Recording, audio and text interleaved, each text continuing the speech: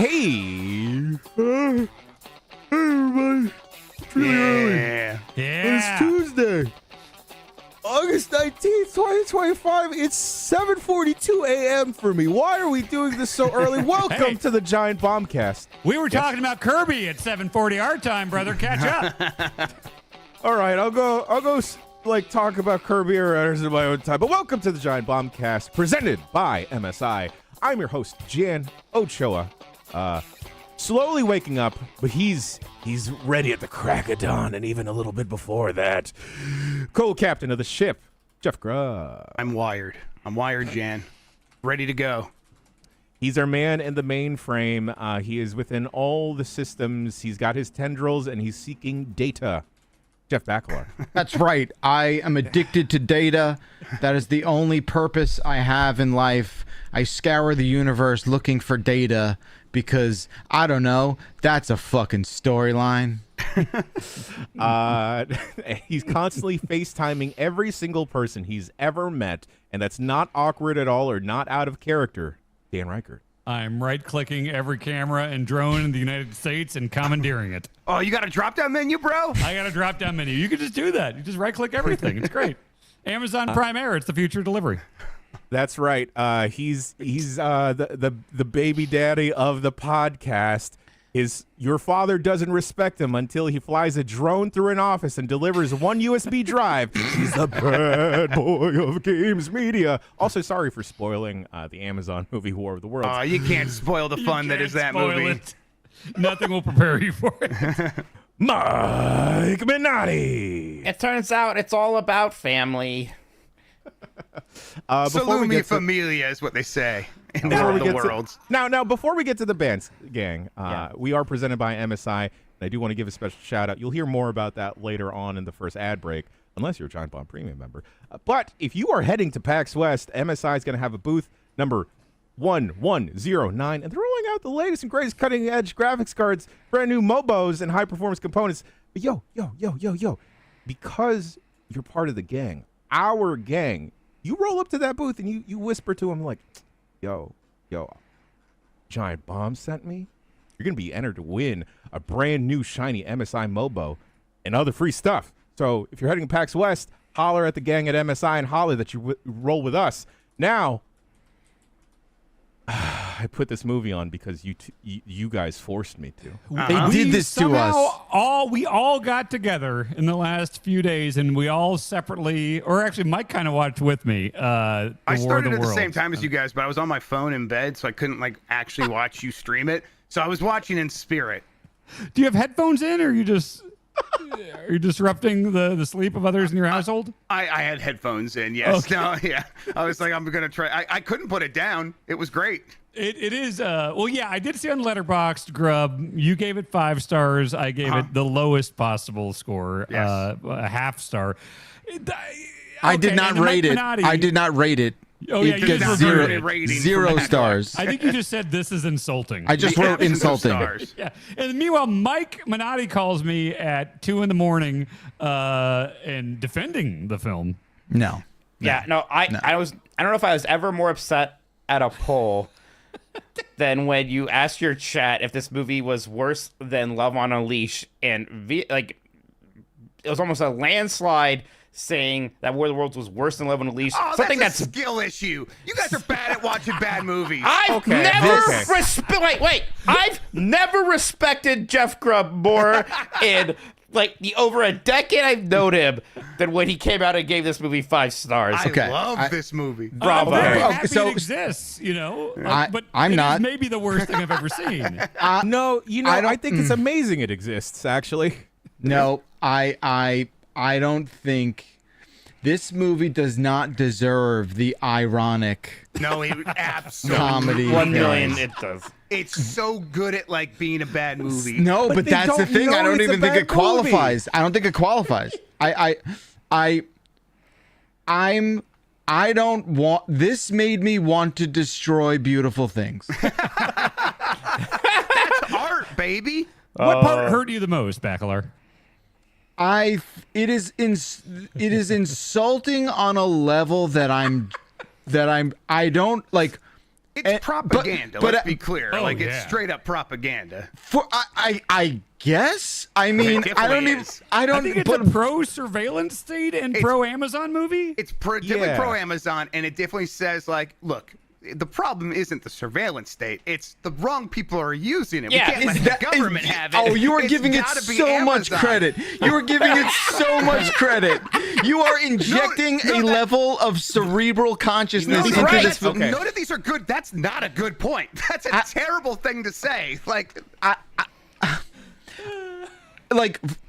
I don't understand. But at the same time, we deserve this movie. Oh, yeah. We deserve this. Like, you know what I mean? Like, things are where they're at, where this should be what is good for, you know what I mean? Like, that's, I think the thing that the conclusion I drew at the end of this was like, oh, we're getting this because it's what we deserve as a society. For me, it's like a bad movie enables you to like see the seams, so you can kind of stick your head in and like take a peek around and be like, there should be something here, right? They should have built something good here, and instead there's just nothing. And so you kind of like invites you to like look around. So the fact that it's propaganda is like kind of a good thing, because then you get to like see how propaganda works, because it's so bad at everything it's doing. And then every line Ice Cube says is the funniest thing I've ever heard.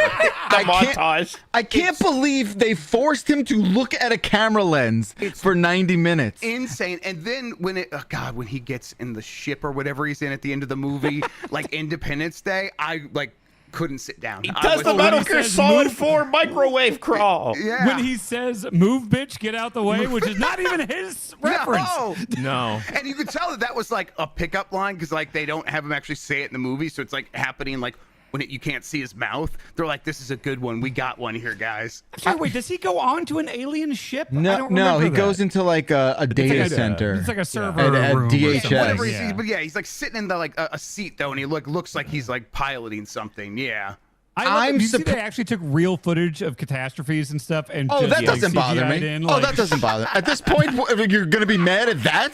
That's the least of this It's fucking film's another- problem. another I log on don't fire. even know if I'm supposed to be mad at that. I can't even process that. Right. Like, what, am I supposed to be upset that they like licensed someone's disaster footage? I don't know. Am I supposed to be mad at that? I have no idea. At this point, well, like, what, Jan? There's a lot of like pro Amazon propaganda, and I may catch some heat for this what I'm about to say.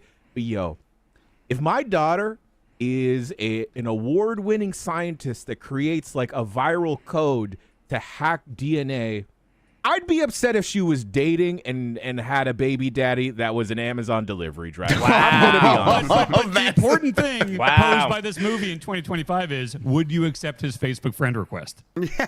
So that actually doesn't even bother me all that much, because That's like, the plot of a social network. this movie is so like made for millennial like dads that have no taste. Oh, I don't. Is this a dad movie? Is this a dad movie? It wants to be really bad. So it's like, what are they gonna do there? They're gonna use like TikTok. They'll be like the dad. Like Paul Reichert might understand Facebook. Like he would hate this movie. I get that, but He would hate it. Yeah. But he might understand like Facebook versus like any other social network they would have used there. So I get that. You know when you Grubb, you might be able to speak to this more than anyone else here. You know when you like meet a bunch of dads and they're all just like, just see this new movie, and you know it's slop, and they're all like, and they're all like, definitely gonna get talked about when I drop the kids off at school. Yeah. And they're all like, I thought it was pretty good. And then you're sitting there saying like, did you have a brain injury as a young person? Like, shrimp? like what do you mean? I don't even think this is going to clear that bar. Like, I don't It's meant think for that audience for sure. I don't know. It's top 10 on Amazon, baby. I can't believe they put credits on the, like, could you imagine Alan being Smithy, like, Alan Smithy, Alan Smithy. you want to be credited on this? The nerve! How dare you put H.G. fucking Wells's name on this? What do you mean it's based off of his fucking? What are you talking about? How dare you? I think that this is a movie for people who kind of hate movies now, which is maybe a big part of why I like it. Like, Yeah. I think this movie sucks in a lot of ways. Yeah.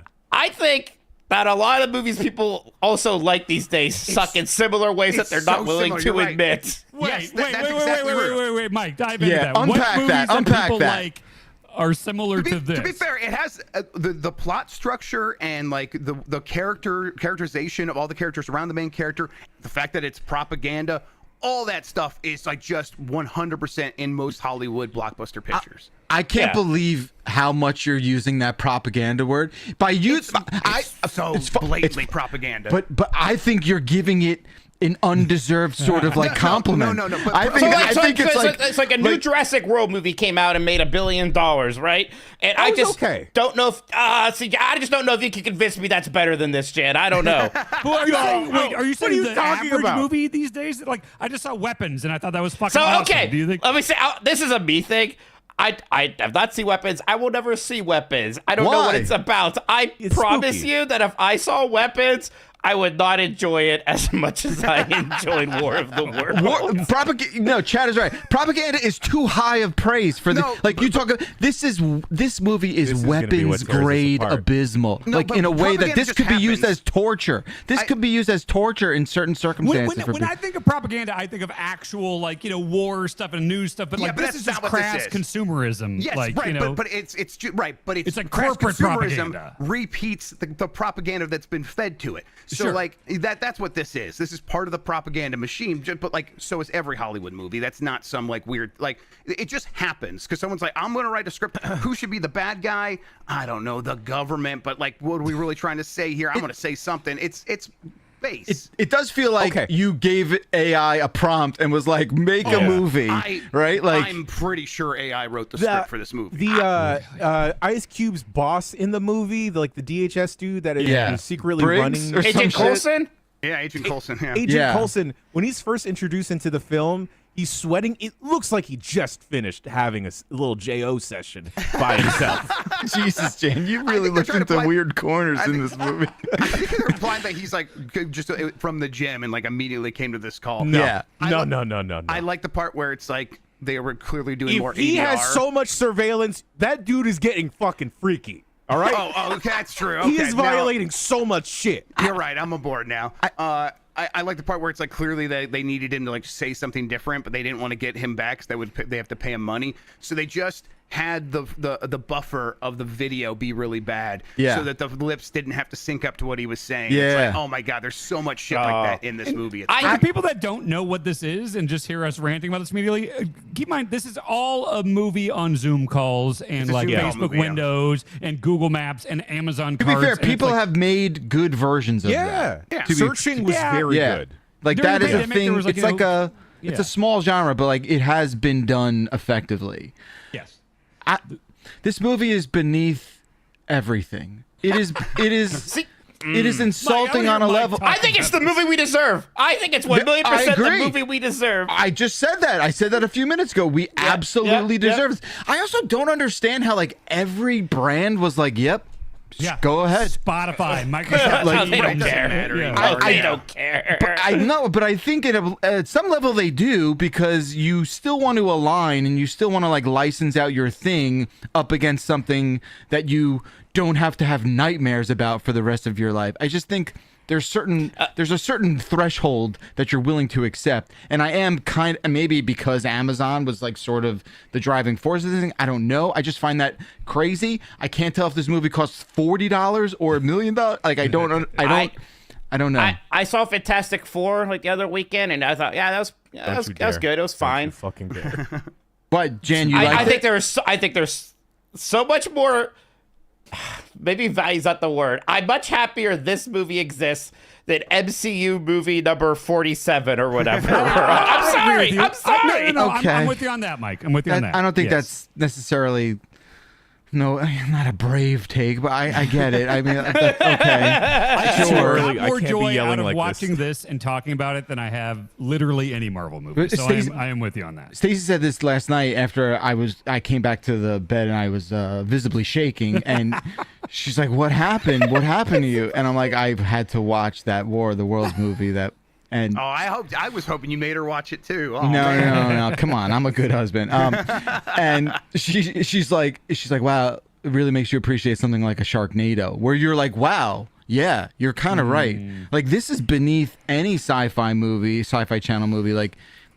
you look at a Sharknado and you're like, oh, all of a sudden Sharknado is kind of a Picasso, I guess, if you're directly comparing it to what this film. At least that one's intentional. Experiment of I a don't movie. know. That makes Sharknado kind of cynical and like hard to watch for me because it's like no one's You're actually so far gone. Dude. Yeah, like no one's like really trying here, and like clearly, Yeah. You have to have that room aspect. There has to be like a I think they're legitimate trying attempt It to do has to something. be earnest, and that's Yeah. why This Love is on the- a Leash, The Room, stuff like Yeah. that. This There is a new The Room. Yes, this That really is that's my actually like strongest stance here. Is the people think that this movie isn't so bad it's good? Oh come on, this is so in that That is wheelhouse. literally. I mean, it's a skill issue. Like you're bad at watching bad movies. You got to come on, get on our level and enjoy this shit because it's precious. I don't want that skill. I don't think I want that skill. Yeah, it's I don't so think good. It's so much fun. Oh man. Grubb, I think even though we are on the polar opposites of our letterbox ratings, I think we are coming at it from the same spot. Yes. Like we both think it's a bad movie, Right. and I rated it as a movie being bad, but I love that it exists and it was very fun to watch and talk about. In some ways, a 5 star is closer to a half star than it is to like it just sort of it begins to like wrap around, right? Sure, like sure. I'm enjoying it so much because it's bad, and yeah, like your assessment is like objectively fair. I enjoyed it 5 stars worth, and I'm gonna probably watch this movie again another 15 times in my life. I'm gonna put it on at parties. Yeah, for real.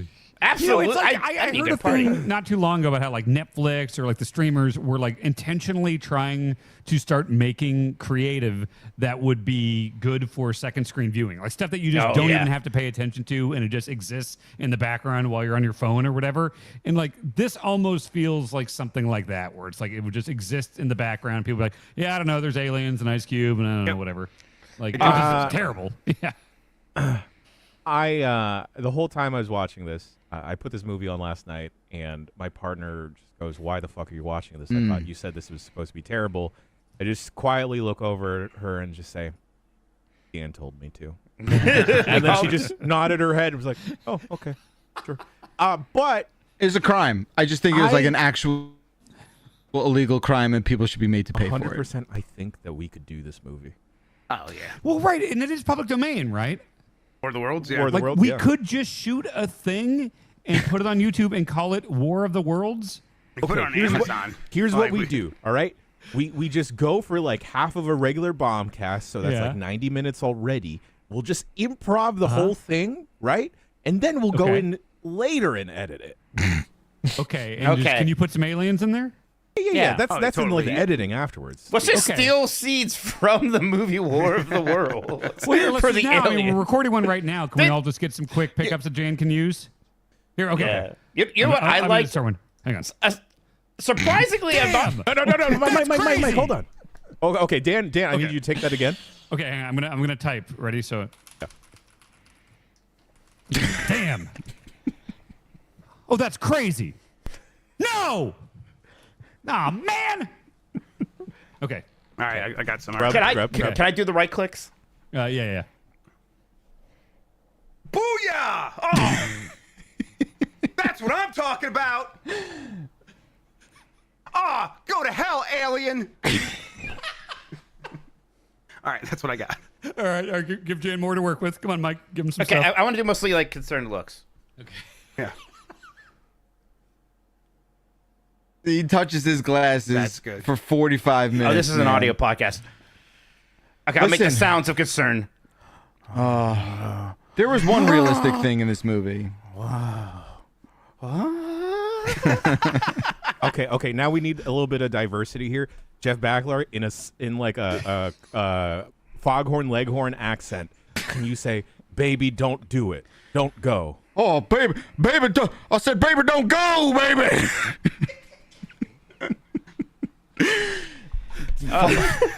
Fuck all of this. Fuck all of this. It's a Jan, you beautiful can work thing. with this. Yeah. This is Boy, great. Jan, put This is yourself great. in. Put yourself in the movie, Okay. Jan. I'll just quote. Ice Baby, Cube. no. Take your intergalactic asses back home. There you go. Hey, I got one more. Hang on, ready? Okay. Move, bitch! Get out the way! Backlar, can I have you take that? But in the foghorn Yeah, leghorn. please. Move, bitch! Get out the way! Now, Mike, I need you to do like a very quiet, like take your glasses off and go, "Move, bitch, get out the way." Okay, but sad. Move, bitch. Get out of the way. Stay with me, baby. Stay with me, baby girl. Stay with me. Get out of the way. We are now all involved in this, the War of the Worlds. Oh, he said it. I hate this War of the Worlds. Okay, actually, Grubb, I need you to say a War of the Worlds. Yeah. It's the War of the Worlds. Eckler. Oh man, it's the War of the Worlds. No. You're breaking character. Come on. What do you want? Come on. Oh man, I suppose this is the War of the Worlds. That was more Harry Carey than Foghorn Leghorn, I think. Hang on, the data's draining. My data's being drained. I'm sorry. That scene is what actually sealed it for me. Yes, I That was like enjoyed. a Gruber sex scene. Your memories are deleting was sick. It was so funny. Sick. It's like Starfire, no. There's like this weird white guy running away from the camera. Oh man, this movie owns. Evil It's terrible. Sandra It's NASA. evil, but it owns. Oh my Evil, god. yeah. Boy, I'll tell you what. Oh, that is the Chat- only believable thing I'll say is that the government would use teams. That's the only believable thing. 1,000,000%. Boy, chat really didn't like it when I said that I will never see weapons, and I've already decided I like this movie more than it. That is insane. They really It's didn't like extremely that. fucking good. You know. Who directed? Last thing, who directed this movie? I think it's Rich Lee is the criminal. He's in jail now. He's facing 25 to life. Yeah, he's got the Steve Buscemi mask on from Con Air. Yeah. Oh man, Yeah. I just Googled this guy and right away, just no thanks. Okay, all right. Well, this is a video game podcast. He's a Michael Bublé music video director. He does music videos for Michael Bublé, Maroon 5, and the Black Eyed Peas. Oh, he did the Eminem video for Venom. Oh Christ. All right. Well, hey, video games. Yeah. Jeff, you know that look. I know it's a character feeling. You know that I probably wouldn't like weapons, right? Mike wouldn't like weapons. Yeah. I don't even know like a thing about it. Have you guys seen it? Has anyone seen it? I'd like to. I'd like to. I'm going to, yeah. It was tremendous. But I bet it's a like, very well-made movie. I like Zach Krieger a lot. He's very good. I think I like this better than Barbarian. I love Barbarian. Nice. Dan, you know how you left Hamilton and you're like, well, they're all very good at their jobs. I bet that would be my take if I left the weapons or Sinners or Holy something. shit. I don't know. That's crazy. Tonally the same as weapons. Mike Minotti, yesterday on the website, you played SpongeBob SquarePants: The Cosmic Shake. See here, I can't be watching weapons or Sinners or Barbarian. I gotta play SpongeBob SquarePants games. You would like Wait, Sinners. did you see Naked Gun? You would Sinners kicks ass too. Oh, Naked Girl was amazing. Oh, you did. Okay. You're not that far gone. Okay. No, I'm not. Trust me. I'm playing it up a little bit. If somebody wants to, actually, I don't know a single thing. I guess I just assume weapons is going to be violent and weird. From the trailers, yeah. Yeah. So yeah, this is not going to be my thing. Yeah, but it's about kids disappearing? Like, yeah. Basically, just the premise. This is no spoilers. It's literally Right, the it's on the tagline on the poster. Is at 2:17 in the morning. There's a classroom of 18 kids. 17 of them just run out of their house, and they're never seen again. They're like running out, and they have this creepy run with their arms, like a Naruto run type thing. And there's all these like ring cameras and stuff. And at the exact same time, 17 out of 18 of these kids in the middle of the night left their house in their pajamas and just sprinted into the night. And the whole town is like, what the fuck happened? It's a very compelling setup. It pays off in an incredible, like, I thought like, oh, is this going to be some weird, stupid payoff or confusing thing? No, the payoff is awesome. The movie is excellent. They're all going to play City Trials. Also based on a true story, right? Oh yeah.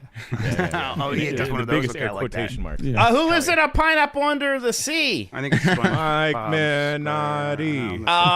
So I played that remake of Battle for Bikini Bottom not too long ago. You like that, right? I like that a lot. That is just a very good, sort of slightly simplified Mario 64, like, right? Where you have these worlds and they're relatively non-linear. It's like collect as many gold spatulas as you need to unlock the next area and stuff like that. I just like that sort of setup. I thought it did a good job with the SpongeBob license. It was a beloved game from that GameCube era, and then the remake happened, and I thought the remake looked really good. So I enjoyed that quite a bit. And that remake was such a success that they made just a new SpongeBob SquarePants 3D platformer, the Cosmic Shake. That came out a few years ago, and I hadn't touched that. I've been meaning to. So yeah, played some of that on Mega Man Monday Evening Gaming at Mike at Night, and I enjoyed it. I don't think it's as good as Battle for Bikini Bottom. They make the structure, at least in the 2 hours I played, much more linear. There were collectibles, but it seems like it was much more do the goal of the level and then go to next level, and less like, get this many thingies so you can unlock the next thingy. So structure-wise, not as much. There's also, I don't want to complain about talking in a SpongeBob SquarePants game. It's not like there's an insane amount, but there was too much. There's like every 10 minutes they're interrupting the gameplay just so I could talk to a character and hear a joke that maybe will land, maybe won't. But it still felt pretty good for one of these. It looked great. I thought it captured the look of the shows and especially those more 3D movies really well. It did a good job of being a licensed game, right? It was like, I'm just surrounded by the SpongeBob stuff that even I, somebody who hasn't watched it really in 15 years or whatever, am getting decent chuckles and doing the Leonardo pointing thing because I understood that reference sort of stuff. So yeah, I was enjoying it. I think if you haven't played any of these, you should just get rehydrated first for sure. But I liked it. And they're making another one that they announced a bit ago, so I'm curious to see what they do with that. And they've been kind of like consistently making various games. They have the Patrick Star game, which a little bit more Goat Simulator. That was a lot of fun too. So they're doing right by this series. Yeah, they're also putting out a Hades in the near future. I believe, they really? With, that's like a whole Nickelodeon thing, right? That thing. Yeah, right. Yeah. What is that called called again? It's not just SpongeBob. It's like Dice something, I think. Yeah, right. I'm gonna look it up. But Mike, if you could spoil a little bit of the story. Dice of Destiny. Why is Patrick Star a little balloon guy?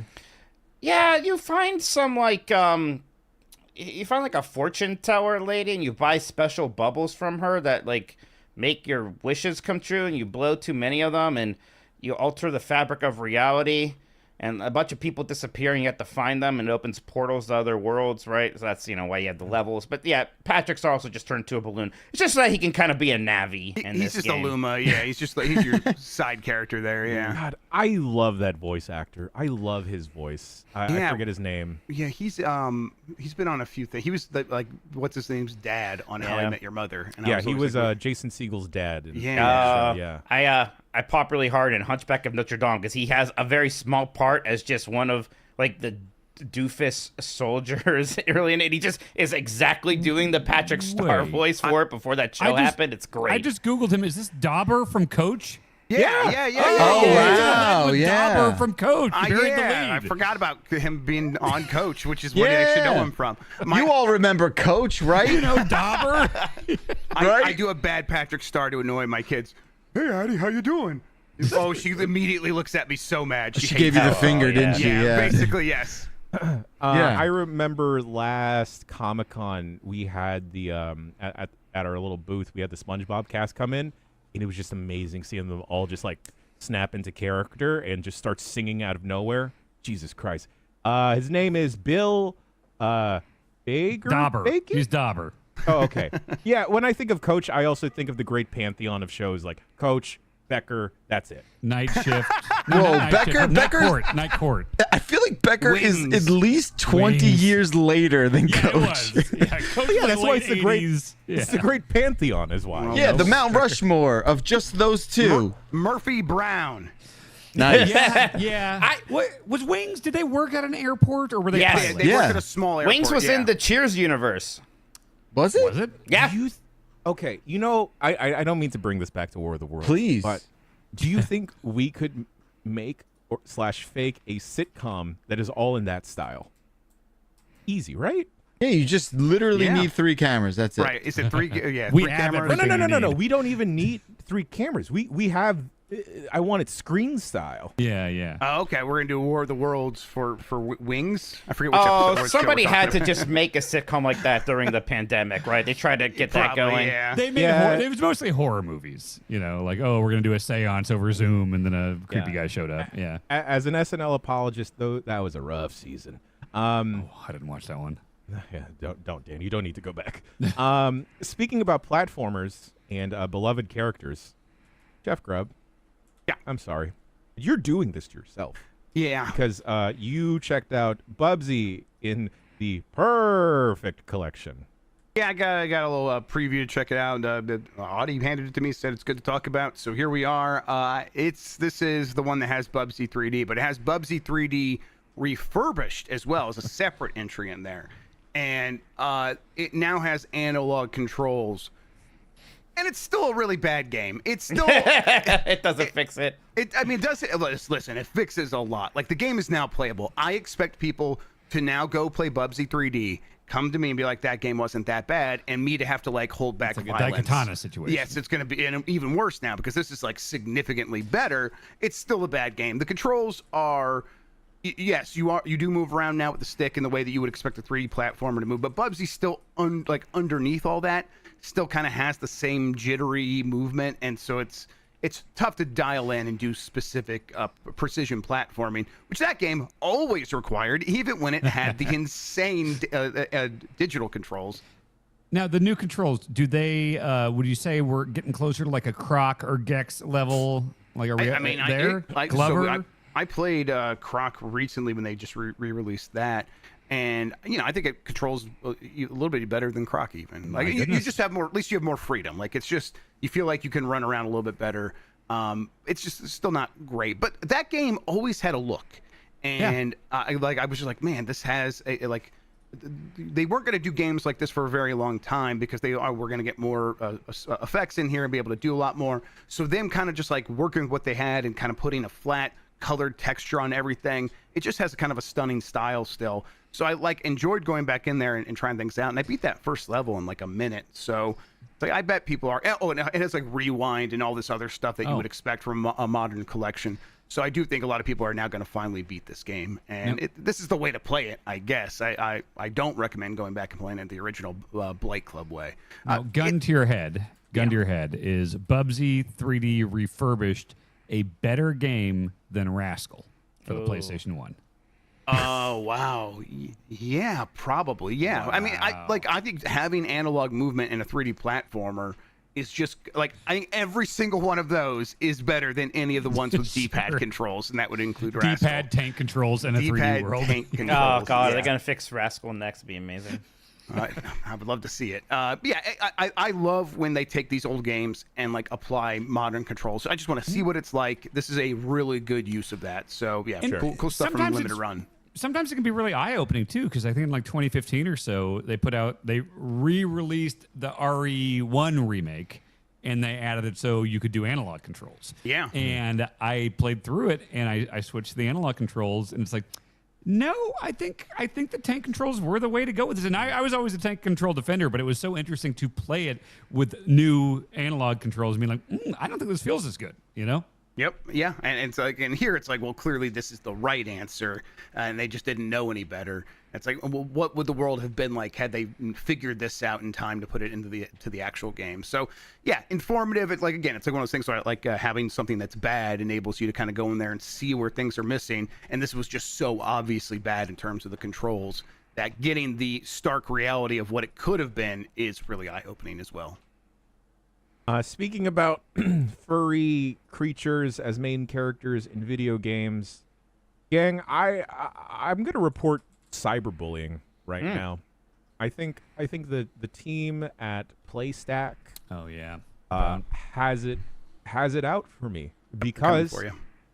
Not only did they publish Balatro last year, but now they're publishing a game called Raccoin Pusher, and y'all know me. I chase the little dopamine. I've been compared to a raccoon a couple times, several times on this website. So Raccoin Pusher, it is a coin pusher game with Balatro-like elements, and it is going to destroy my life. Because I am just sitting here at the screen, tapping at both mouse buttons, just like trying to get these coins to go and push the other coins. And like the terrible thing is, you get special coins. These are special tokens, right? Like, hey, here's a bunny token. If this bunny token touches another bunny token, they'll multiply because they're doing it. The coins are doing it. Oh, they're banging. They're banging. Yes, they're fanging and banging. And there will be other special coins that synergize with other ones. There's like a bomb one, and The whole point of the game, similar to Blatro, you have a target goal of a score to get to, and you get to that by pushing coins in, and you are just launching coins from a left lane and a right lane. If you launch them both at the same time, you can kind of like bank them off each other so they get stuck in the middle and push coins that way. There's power-ups where you can drop like a tower of coins somewhere on your board, which is sick as hell. I fucking love seeing a tower of coins. There's a black hole power-up where everything in the vicinity will get sucked up. A UFO one where a UFO will just come on screen after a certain amount of time and turns. It's a good like turn your brain off and just like, you know, much like the aliens in War of the Worlds where they're just like seeking data. This is me seeking dopamine and like number go up. We can't, I understand your meaning. No, I just don't want to make these connections. It's our new shorthand. I just can't. I can't allow that. Everyone will understand what we're trying to get at when we use War of the Worlds as our reference point. Yeah, we're done doing wrestling lingo. It's all War of the Yeah, Worlds. it's just all War of the Worlds. Yeah. All right, all of a sudden I'm back on board. Yeah. Like, instead of like you need to do this, it's like you need to right click this. Yeah. I'm gonna call Backlar every morning. A muffin? Are you serious? You're eating a muffin? I'm gonna yell. You need protein, baby. But like Raccoin Pusher, it's really cute. It's in early access right now, and I can easily see myself, much like a week or two ago, I could easily see myself losing too much time in Merge Maestro. This is just a bad year for me, gang, because the horse game came out, and then Merge Maestro came out. This is coming out. It's like in the next couple months, I thought, or I could be relatively soon. On Steam, it says to be announced for release date. Okay. So I just watching the trailer. It was doing things to my brain, both in terms of just like the stuff that's activating Jan, and also just the physicsness of it all. Like seeing the big tower drop down, and you can tell every coin has its own like physics and gravity. And also maybe cathartic because I spent a lot of time in arcades as a kid, and I probably put 1 billion coins into those fucking things because it's so tempting. It's like, oh man, they're about to fall. I mean, and then I've never won a single coin from it, so this should be cathartic. Yep. Yes, and the boards, or I guess your play field, it feels weird to say play field or board. push area, yeah. Your push area persists as you keep going. So say you had something set up, but like, these bonus coins or these special tokens didn't quite fall into the pit, but you reach the goal, you can still hit those and get those in on the next level as you go through. When y'all have played a coin pusher game, right? Like a real life coin pusher game, is there like a roulette wheel or like a special like wheel on the side? It depends. Yeah. Yeah, like a lot of them. I know for like the kid arcade casino ones, it usually varies where it's like a plinko board with the pegs, right? Some of them have like complications where it'll be like, oh, there's like a roller coaster, and if you slide it down that peg, it bypasses the pusher and goes right into the redemption slot. So yeah, there's all these different kinds of variations, but it's all like the ticket-based stuff, right? Like that's like I've never seen this in a real life casino. No, bonus hole. Bonus hole is hot now. Yeah. The Vegas Lounge got a new bonus hole. I've been enamored with. So I feel like you couldn't put this in a real casino. Is bonus hole kind of the barren one, the one that was like there's nothing else going on there except for the coins? It's just the bonus hole, yeah. You guys gotta stop saying bonus hole. Bonus, I literally just googled bonus hole and hit images without even thinking about it. But it is just the arcade machine. No, you know, you're getting what you need out of that phrase, Mike. What are you talking about? Well, I just googled it and I didn't get what you were talking about at all, Dan. Wait, we got different results? Yes, Yeah. Personalized. How does that work? What do you mean? What? Are you kidding me, Dan? That stuff's been personalized for like 20 years now. But even just like an image search result, like I know every search. Oh, I'm slowing I back, think I had slowly that turned backing off away. on my This is why stuff. it's bad that the government is tracking us and all of our right. data. Image search, I get bonus hole. I searched bonus hole and it's nothing but bonus hole, the arcade coin pusher. Yes, but I'm in all, and then I just see a bunch of miscellaneous different articles not talking about the game. If I'm in all, I get a lot that is different. Yeah. Vagina rebranded as bonus hole by cervical cancer charity. That's from the Telegraph UK. Snopes are health professionals urged to call vaginas. A lot of vagina stuff here. But if you do images, it's not vaginas. It's just the bonus hole game. Okay. Fantastic. Good job. There's Dan. a whole ticket Is it? mechanic in Raccoin Pusher as well. Like, you are allotted 20 coins when you begin a level, and you're accumulating tickets as you play the game. So you would exchange those tickets for more coins. And that's enough for you? Yeah. That's enough for to scratch that itch. That You're fulfilled as a human being by this. your cup has been filled with that. Yeah, I mean, my I'm cup has downloading like a hole in it, so like I just need whatever I bonus can hole. get. Yeah, Sure. It has a little bonus hole. I need whatever little itch I can scratch. Just hey, it does not help that I really enjoy train spotting, and then I'm thinking about meth. Just kidding, I'm not. Don't scratch your bonus hole. Don't do meth. These two things are so important, Jan. Okay. Sorry, I'm just running on a little bit of fumes here, just like Jeff Grubb has been playing Fumes. Yeah, so we tried this on UPF. Was that last week? No, 2 weeks ago. I think. 2 weeks ago. I played a little bit more last week and a few other times here and there, and kind of started piecing together like how the game works and the progression there, and it holds up to like extended play. It is still.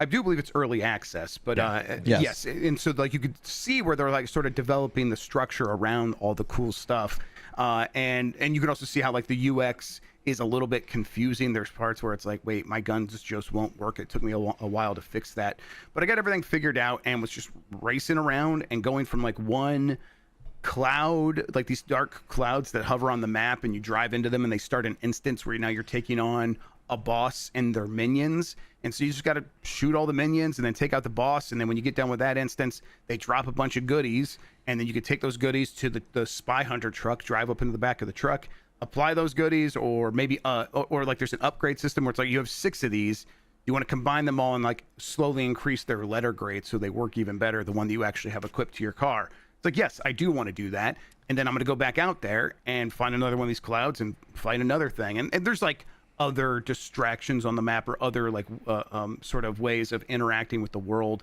like with like small like puzzle like things where it's like you got to find something before a timer goes out or something like that. But that you could tell like they're just kind of picking at that to see if that's something that's going to work. The main thing of just driving around this world and shooting things, especially with like actually mouse and keyboard, having the mouse to aim while you're driving around is super handy. It feels really good because I can just like precision target these things without having to like worry about trying to, the dual analog is going to be fine, but the mouse controls were really good. So yeah, I'm into this, and this is definitely one where I'm gonna keep checking in every once in a while, kind of like I did with Dead Cells. Like I want to see like how this thing evolves. I'm very curious about that. I'm very curious too, and I think I am going the opposite approach because I always I don't really play early access. I wait till it's like done, and so like, but I've seen this, and it does seem very like I've wanted to see that kind of twisted metal spirit and that car combat genre be a thing in some form since the late '90s, and it hasn't really been.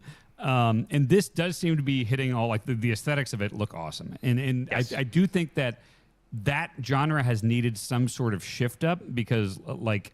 That 2012 Twisted Metal was kind of just playing the hits a little bit of just like arena car combat, and I remember feeling like maybe this genre kind of died out because it's just a little too simple, a little too stale at this point, and like just seeing what the beat 'em up thing did, where it's just like they're kind of doing the same thing over, and they're not really like pushing it forward. Yeah, and so like when I see something like Fumes definitely has a different control scheme and different objectives than just like kill these 8 other cars or whatever. I think that excites me because I do think that that's what car combat would need to be relevant and make some sort of comeback. So like I very much have my eye on this one. And really, I think the thing that really sets it apart is the physics system, where it's like, okay, so now I put on different suspension onto this vehicle. So I have big tires in the back, little tires in the front, and now it like feels very different when I'm turning. And you could just see every single like gram of mass being like shoved into the front right tire when you do a fast left turn, and it just looks good and feels good, and like you really see the tires dig into the dirt, and that's super satisfying. It just makes it feel like at any second you could flip your car because you're going so fast, but you got to turn around and shoot these guys, so it makes everything feel very hectic and harrowing. Nice. Is there multiplayer in Fumes, Grubb?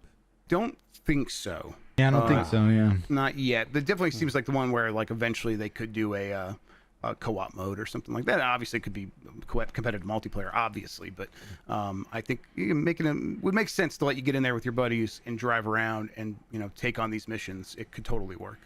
It's got a really cool look to it, very blocky, just like Voxelgram 2 looks very blocky. Yes, it's got blocks.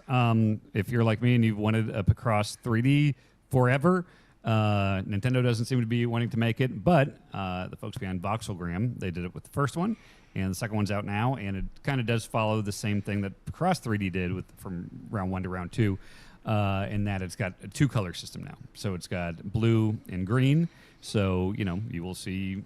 you're painting blocks like in Picross and rotating and everything, but you'll get blue ones and green ones.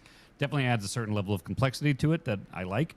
And it also, if you own the first Voxelgram, it has all like 250 puzzles from that, but they've added the 2-color system to it. So, cool.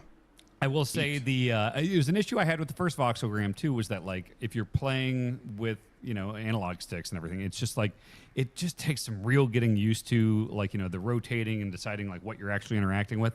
But I'm playing on Switch 2, and I am finding that the touch controls are actually very good. So I basically feel like I'm playing a Picross round 2, and like you're kind of filling out a diorama. So like each like world or whatever is like, okay, you finish 12, 15 puzzles or something, and you fill that room with all the little puzzle things you're putting together. So very, very good if you're into Picross stuff and don't know if Nintendo's going to keep doing it. Yeah, I'm looking at this. I love Picross and Picross 3D, and I've also been waiting. Don't expect Nintendo to do it. These little dioramas are very cute. Like this looks really nice. And then you said you're playing with it on a touchscreen on Switch. I bet the Steam Deck has the exact same controls. I'm gonna try it on there and see. And if not, then I'll try to get it on Switch too. Yeah, and I don't think it's impossible to get used to the standard like analog controls. Yeah, but I know what you mean. Yeah, Bianca's playing on Steam Deck, and she is doing the analog stuff, and she's like, yeah, I just got used to it. So okay, yeah. All right, cool. Yeah. All right, yeah, I love these kinds of games for sure. Me too. Sticking to the puzzle game theme, Dan, you've been playing Is This Seat Taken? And I've been really curious about this, Jimmy Jam. Very different type of puzzle. This is, logic puzzles. So if you remember in school, all those logic puzzles of, just like, oh, this person, will only do this but won't sit next to this person. And this person, like, this is just that with a really kind of cute aesthetic. It is just, it'll be a movie theater or a diner or a concert or a boat. And you have all these little cartoon characters that pop up, and you hover over them, and it'll say, like, I need to sit next to my daughter, but I don't want to be next to anyone smelly. And so you got to figure out, like, okay, there's these like 20, 30 seats or whatever. And like, just the visual language of it, like, they're just these little cartoon characters with legs. And some of them will have little, Linus or Pigpen, whatever, stink clouds over them. And so it's like, okay, that's a smelly one. And then you got the ones that want to party, and they'll have a little party hat. And when you put them down, there's like music and stuff. And it's like, okay, these 4 people want to party, so I'll put them in the back of the bus here where they can not bother the people where it's like, I want to relax, or I want to read on the bus. And you put them in the front. I want to be alone. I don't want to be next to kids. And so it's just a lot of like, putting people in place, and you can tell if they're in the right spot because they'll be like smiling. And then, so you put everyone in there, and it'll say like, oh, you're not done. And you're looking around like, oh, that guy's frowning. Oh, shit, he's too close to a stinky person. Oh, this person's separated from their date or whatever. Is there anyone who wants to sit next to a stinky person? I only want to sit next to smelly people, please. No one prefers it that I've seen, but another some people, stinky person? Yeah. Yeah. But it's like there are movie theater ones where it's like, there's a guy with a big hat, and or there's people that like need to sit closer to the screen. There's people that want to steal popcorn, so you got to put them next to someone that has popcorn. People that can't sit in a dirty seat, so if you see popcorn on a seat, you can't put them there. So it's just a lot of just like just single screen, just taking in the seat structure, and then like where you can put these people, and super like really for someone like me that loves logic puzzles, this is a really fun way to gamify it and put it in like a real nice aesthetic package. It also just looks really nice. Does like, so from like one level to the next, is it the way that they're making it more complicated by changing up like the possibility of the seating, or are they introducing like new complications? Like I'm seeing some here in the video. It looks like you got to put food down. So there's like fast food restaurants and stuff where it's like, okay, I want to sit by myself and I'll eat anything. And so you can put burger, fries, whatever you want. Then there's people that are just like, oh, I just want some coffee, and I need to sit with this person. So you can put a cup of coffee between the two. So yeah, there's a decent amount of variety. I've probably done 15 levels, and there's like a dinner where it's like, I don't want to be next to any snooty people. And so, like, there's, like, a bunch of people that are wearing, like, fancy hats and stuff. Yeah. So, all right, so I'll put them all in their own thing here. But these people can't sit next to kids, so they'll sit over here. They got to sit next to the newlyweds at this thing. So here's the wedding table, and all these people got to sit with the bride and groom. And it's, it shakes it up enough to where, just from bus to restaurant to concert to and wedding. you feel like there's a natural progression. Like you could see how it's like getting more complicated as you're playing. Like they're introducing new ideas at a good clip. I mean, 15 levels in, like, maybe you don't know yet. I mean, more complicated. It's just there's more variety than complication. Okay. It's not like a Baba Is You where it's like, it gets to a certain point. It's like, this is overwhelming. Like when they've added stuff, it's just been like little tweaks on, like people partying on a boat versus people wanting to eat fish versus cheese or whatever at a wedding. So like they're kind one of isn't changing the inherently. theming. Okay. Yeah. It's just variety more than complicated. Okay. Yeah. Gotcha. Yeah, it's like a $10 game right now. It's on sale for $9. It just, I don't know. It's like I almost wasn't like too interested in it. Then I saw that price. I'm like, oh, for what, $9? Maybe I'll have fun here. Yeah, I really cute. Yep. Speaking about synergy amongst a bunch of people, that's very important in a JRPG party. Specifically, in Clair Obscur Expedition 33, which Jeff Grubb says you've been playing it here on this document. Yeah, I'm doing it. I was gonna come to this podcast with a beret and everything, and let make you guys guess what game I was playing. But I picked up my Steam save again, and I looked at it, and I was about 5.5 hours in, and that was like a couple days ago, and now I'm like 13 hours in. So I've doubled it, and it is all I'm playing right now. Basically, it's really all I have time for. Because it is like, I think that's the way I would describe it, very playable. It is a game where it's like once you're in it and you are just kind of like you get done with the battle, you're like, man, that's those synergies I just kind of was like working with are really working now. I can't wait to just kind of do that again, maybe throw in some other ideas. It's a battle system where you can have ideas and like try things and see, hey, is this going to work with if I do this one thing with this character, and it'll make it easier for this other character to do that thing. And it's fun to experiment with that to the point where I am excited to get into every single battle. My only complaint about the game really is French. Clearly, God, that goes without saying, though. It's beneath complaints. I am definitely a person that would need a map in a game like this. I'm able to get through these areas eventually. I will get, but I get lost at least like once per area. There is an unspoken kind of like directional language that those levels are able to do. I think they break down occasionally, but I've definitely felt that Bacalar, Which is like kind of, I was actually like pleasantly surprised, maybe more impressed than anything else, of like, oh wow, like I'm being an idiot and still finding my way through, the Midlands or whatever. I agree, Jeff, that it kind of worked without it, but part of me is also like, why isn't there a map? Like, I don't think it would have bothered anything. I would take a waypoint, like just a little bit of direction, like, hey, go in this general area so you know where to look. There was definitely this one in there's a place called the Forgotten Battlefield, and I got lost in here for a while because it was kind of funneling me to this one bridge that was made by a giant like fallen cannon, and it just looked like part of the background because a lot of the other parts of the background looked similar to that. So I didn't even try to walk on it until that's the one time I've had to look up, where am I supposed to go? But I do feel like that's a relatively minor complaint because I have been able to find my way through most things. And then what I consider to be the core of the game, which is these characters interacting with one another, and then the battle system, I am enamored. I'm really kind of getting into the story. I just recently got Verso, a little bit past that. Now I'm like, oh, so you're after Act 1. Yes, I am a little bit into Act 2. Yes. And it's like, okay, all right, things are happening, and now I'm like very curious to see how these characters deal with these problems. It's really well done, and I think my initial sort of like play of the game where I'm like, oh, I think this is something that people are going to be into. It's like, oh, I guess I didn't realize just how much it was going to be for me, so I'm pretty happy for that. Neato. You know what? Let's save that game for last.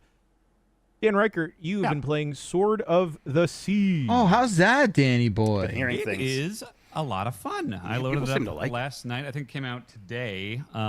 It is by Giant Squid, who made Abzu and The Pathless, and I believe there's some lineage going back to Journey. and you can super see the journey in this game. It is a lot of surfing around sand and seeing beautiful stuff in the background. It's really cool because like basically like there's almost no like talking and stuff like this. There's some like little like tablets you can read and stuff, but the gist of it, what I've played so far, which may be like an hour and a half or so, is that like there's just this big desert and you're basically bringing water and life to it. And so this is one of those very no HUD games. So the visual language is great, where it's like there's no map, there's no objective marker. You can just look around and be like, if there's a huge swath of sand and desert, or in other areas, just dry land basically, you know that like, okay, there's got to be something around here I can do to bring water to it. And it's usually just like, okay, there's this big rock pillar in the middle of the desert, and there's a bunch of lanterns and stuff surrounding it. So you just kind of like surf around and light all the candles, and then all of a sudden it's just very elegant in how it lets you know that there's something to do in an area. There's never an arrow, there's never an objective marker, and just the moment to moment moving around this world is so satisfying. Grubb, I thought about you a lot playing this because it is you're on a sword, the sword of the sea, and you're surfing. There's like skateboarding, like there's grinding at times. He's riding on a wall. So yeah, there's wall riding, there's half pipes, it is just fun. You're just immediately in this game, just surfing around, skating around, sand, water. There's boosts and ramps and things like that, and it's just this beautiful world to just explore. And there's no health bar, there's no real penalty if you go off the edge and die in a hole or something. There's no combat that I've seen yet or anything. And then there are just kind of those fun surprises like in Journey where it's like, whoa, okay, I guess I'm doing this now. This is interesting. Oh, space dolphins. Yeah, space orcas too. Yeah, I got a dolphin situation going on now, and that's been pretty fun. But yeah, it's absolutely beautiful. Looks it is gorgeous. Just really good. Just zone out and surf around, and not super stressful by any means. So this looks gorgeous. You said there's no combat. Like, what is surfing around does seem to be the main thing you're doing. Yeah. Is it like solving puzzles, like finding things, hitting switches, like you were saying? Puzzles. So, like for instance, there are some areas where it's like, okay, this door is locked, and there's an eagle statue, and it's got a big open mouth, and then you learn that like, oh, okay, if I can skate over to this water orb, I'll suddenly have a water orb around me, and then if I can just skate myself to this thing, the water will go into the eagle's mouth, and it'll unlock a thing or whatever. And there are like, as you destroy things or explore, you'll find these little kind of like triangles, and there's a merchant type guy that like you'll cash into him like Luma's in Mario Galaxy, and then it's like, all right, you give him 50, you give him 200, and it's like, now I can do tricks in the air, and now I can do spin tricks, and now I can do like while you immediately have a double jump, and it's almost like kind of a triple jump situation. So it's just the mobility situation is just like you're just flying around, skating around, jumping, doing tricks and stuff like. And it's not in the effort of like getting a high score or some SSX situation. You're just kind of doing style tricks and stuff just to pop yourself, God, I would love to ride a longboard or a skateboard down a hill or whatever, but the fear of getting hurt terrifies. Yes. Yeah, I'm at a point where it's like breaking a hip is a very real possibility. I don't want to deal with that. No. Dan, is there any of the online like sort of multiplayer stuff from Journey? Okay. No, and I was thinking about that because it's like I think that is the main, like Journey, obviously, unbelievably gorgeous game. Yeah. It is, I think, those moments of the interaction and connection with other players that really elevated Journey to something super special. This does not have that. This is a much just kind of lighter, like if you played the Pathless or Abzu and stuff, it is. It's just a visual treat. It's like a really beautiful interactive screensaver. It's like but maybe that's straight up half pipe in this trailer. That's just a half pipe. It really does just look like a skateboarding or snowboarding game. Yeah, but with awesome visuals. Yeah, and actually, I think calling it an interactive screensaver is probably reductive because, like, there is like light puzzle solving and platforming going on here. You'll like light some lanterns, then a bunch of jellyfish will show up in the air, and you're kind of like boom, boom, like it's very, very satisfying platforming. It's not super demanding. Yeah, like the grinding and stuff's really fun. Just the world is beautiful. It's just a good time. Yeah, this is definitely one I'm going to try. All right, cool. And to wrap up the game segment, gang, perhaps the War of the Worlds of video games right now. Yes, absolutely. and how polarizing people's times with it are. Last week we played Drag and Drive on UPF, and well, some of us had everything fun. I said about how good it feels just floating around, flying around, and it's like imagine the polar opposite of that. If every motion was the most laborious and frustrating and annoying thing you've ever done. So you like it? Oh, it's awesome. Yeah, it's Nintendo. I heard I like everything Nintendo. Yeah, That is mostly true, but yeah. It is a game where it's like it has so many things going against it. Like it is the fact that the control system is cumbersome. Like you're gonna need to get the Joy-Cons out and either use your legs, but that's probably not good enough. You're gonna want like a table surface to actually play the game. And then the online multiplayer is so fundamentally broken that even when we did, the three of us get into the same room together, there was no way for us to tell the game, hey, put us on a team the next time you start up a game. It just randomly selected people from this room that didn't just have us in it. It had other people like that in this public matchmaking room and just threw us in like into random pickup games. It's insane. Like, there was no way around that as far as we could tell. As far as we could tell, there was no way for us to make a group of 3 people who can then fight another random group of 3 people. We could fight another group of like 3 friends if we had 6 total friends around, but that's just wild that they didn't care to consider that. yeah. Like even remove all of the very frustrating motion control elements of this, which is I think the first thing that drove me nuts about this game. Imagine if it was just a functioning arcade sports game type thing. Like let's say you sat down to play Rocket League with 2 friends and you couldn't party up. Like Unacceptable. what? Like, yeah. That's This game insane. is, even for this game being $20, completely unacceptable. It is wild. I just don't get it. Did they? I always wonder, like, is it because they somehow just didn't think of that, or was somebody vehemently against it for some I think reason? they're against it. Yeah, they're like that's not the pure experience that we want people to have. What do they want? What is the pure experience? I think they want it to feel like you're at a gym and just like random You're pickup like a games pickup are happening. game? I think they were trying Yeah, to but do even that. then, I could be like, well, to be clear, we're on I'm a playing with my team. friends. Yeah. I know. Yeah, it's very It's bizarre. wild. Now, when we were playing the game, I actually was having fun. I kind of like the stupid BS in it. I think the haptics really sold me on The it. where haptics it really feel felt good. It really felt like I was rolling those wheels. I also just like the idea of like shoot tank controls, like 2 treads or 2 tires on the ground, and where it's like, yeah, you can move left and right, or move back with the right one, move forward with the left one, and so you're gonna spin in place. I always have liked that since I was a kid, and this game like really nails that. And like I was doing dunks and stuff and feeling pretty cool. I enjoyed myself. There's The a certain dunks amount. looked cool. Yeah.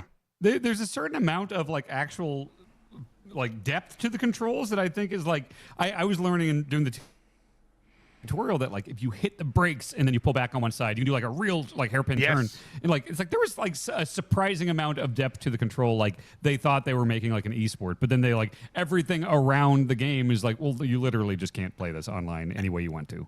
And I always like one of these games that is like skill-based inputs instead of like there's a button you press to do the hop. It's like, no, you need to like get going and then stop with one wheel, lift that mouse off the thing, and then immediately like lift the other one, and you'll do kind of a bunny hop. It's like, what are you talking about? I couldn't even get it to work, but I like it's an insane thing. I think I did it once. Yeah, I could like pass the tutorial.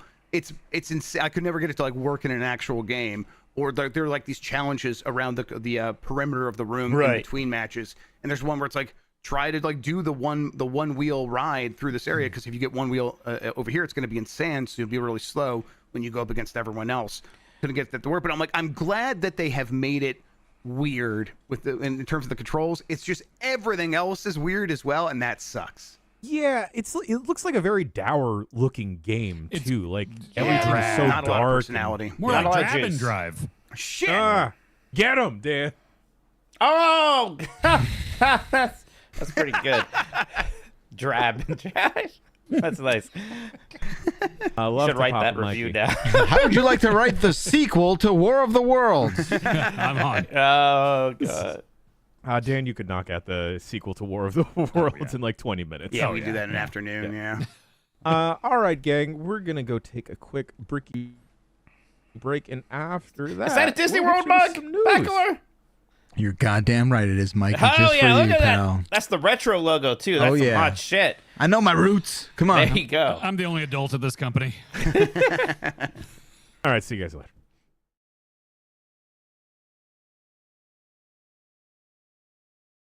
Jan, my computer's sick. I've decided it's time to start building a new one. I just don't know where to start.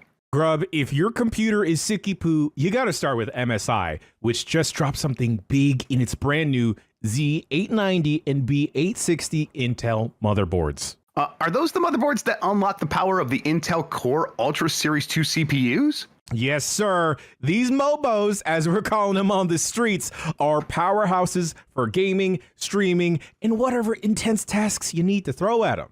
Okay, but Jan, you know me. I'm scared of tools. That screwdriver's so sharp. It's okay, bud. MSI made them Jeff-proof and maybe Dan-proof as well, which means they're easy to work with. No more wrestling with tiny little screws or confusing manuals. We're talking easy debug LEDs that tell you exactly what's going on. Toolless installs for your M2 drives and GPUs, or GPUs. We're calling them GPUs too now.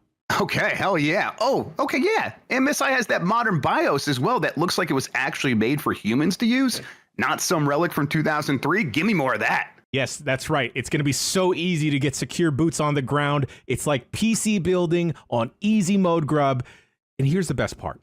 Giant Bombcast listeners, MSI is giving you 10% off these new, regularly priced Z890 and B860 boards. Just head over to us-store.msi.com and use promo code BOMBCAST at checkout. Boom, instant savings. I'm going to stack that discount. They allow you to do that. And with MSI's got ongoing promotions, that's potentially going to score me up to $120 in Steam codes. It's basically free games just for upgrading. Everyone listening should do the same. So if you're ready to upgrade your setup, do not wait. Visit us-store.msi.com and use the code BOMBCAST, BOMCAST, all in lowercase, and give your PC the upgrade it deserves. MSI, making PC building less of a headache and a lot more fun. Mobo!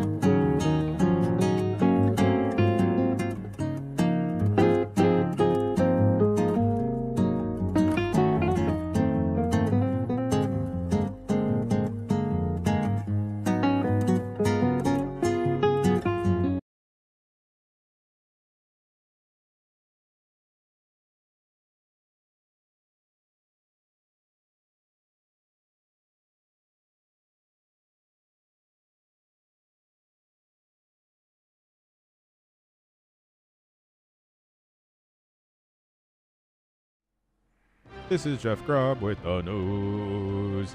He's gonna read story for you. Jeff Grubb. Lyrics, nice. That's right. Yep. Giant Bomb has lyrics now. I have the news. Let's start here with a couple stories that Mikey helped me out with here. Hollow Knight Silksong special announcement set for Thursday, the 21st of August at 7:30 a.m. Pacific time. That's this week. That's in 2 days.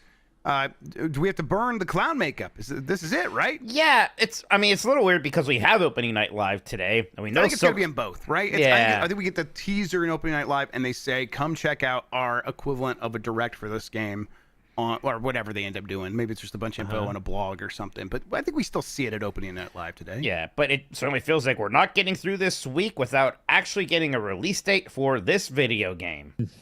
Will this also be 45 minutes? It'll be much shorter, I bet. I hope it just uses one button. Maybe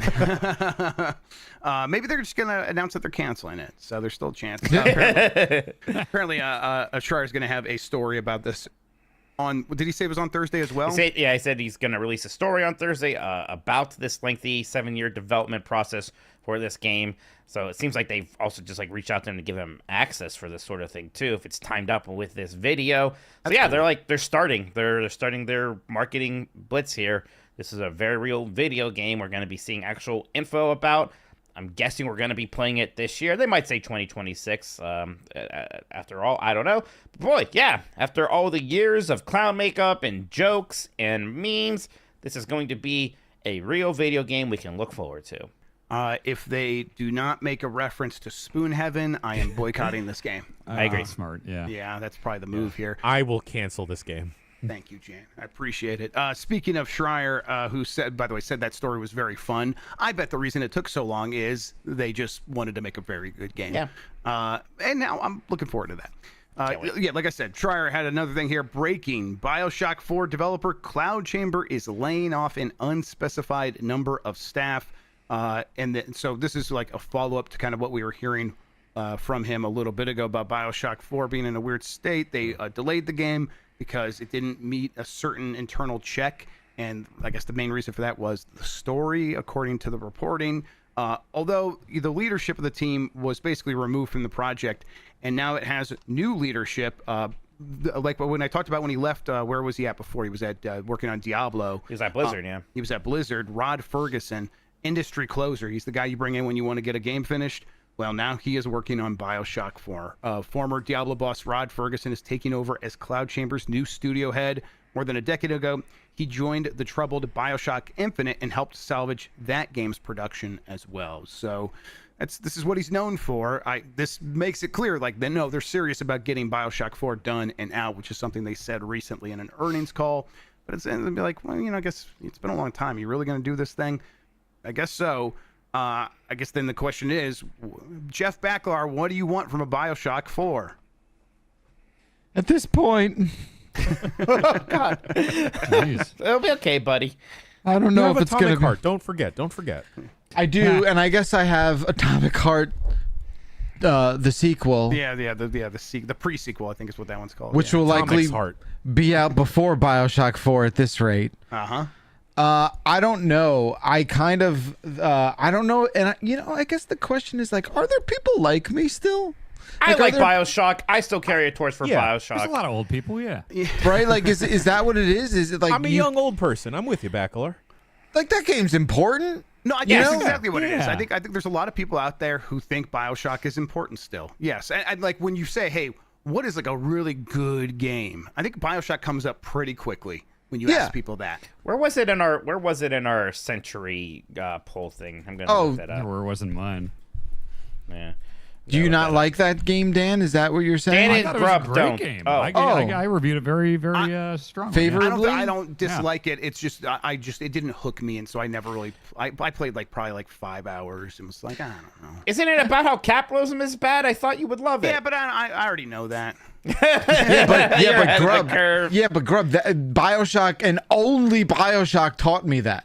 Oh, fair enough. All right. Yeah, I had to teach the normies like us this. Backward, do you want it to just be another Let's Return to Rapture thing, or do you want another super new weird location?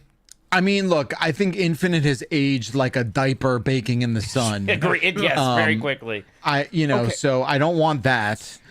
Yeah, go ahead, Jen. What's a diaper? No. I'm well aware. I loved 1 and 2. Loved the DLC for 2. I think 2 is like. I'm sorry to interrupt, but I think 2 is like. That is aging in the exact opposite way. You're right. Like, People that game like that continues game to now. be like. Minerva, especially. the Bioshock was DLC is great when it came out. Yeah. Yeah, go ahead. Sorry. But I never checked out Infinite, and I'm loosely aware of like the story beats in it. Can I tell you the first choice it gives you in the game, Jan? Sure. It hands you a baseball and asks you, "Do you want to throw this at this interracial couple we have tied up on the stage?" Like, and not the game's like, no matter what you choose, the game sort of like kind of whisks you away. It's just like, I don't know. It's so edgy, edgelord horseshit. I never really loved that game. Maybe I don't have to check it out. Yeah, I honestly don't think it's worth your time. Right? You disagree, Mikey?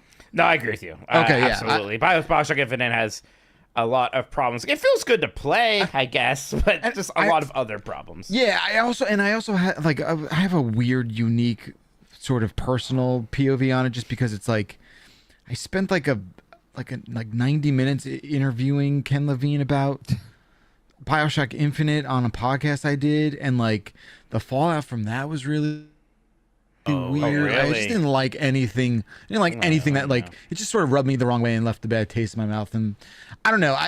I think like I'm perfectly happy with just erasing that from my memory.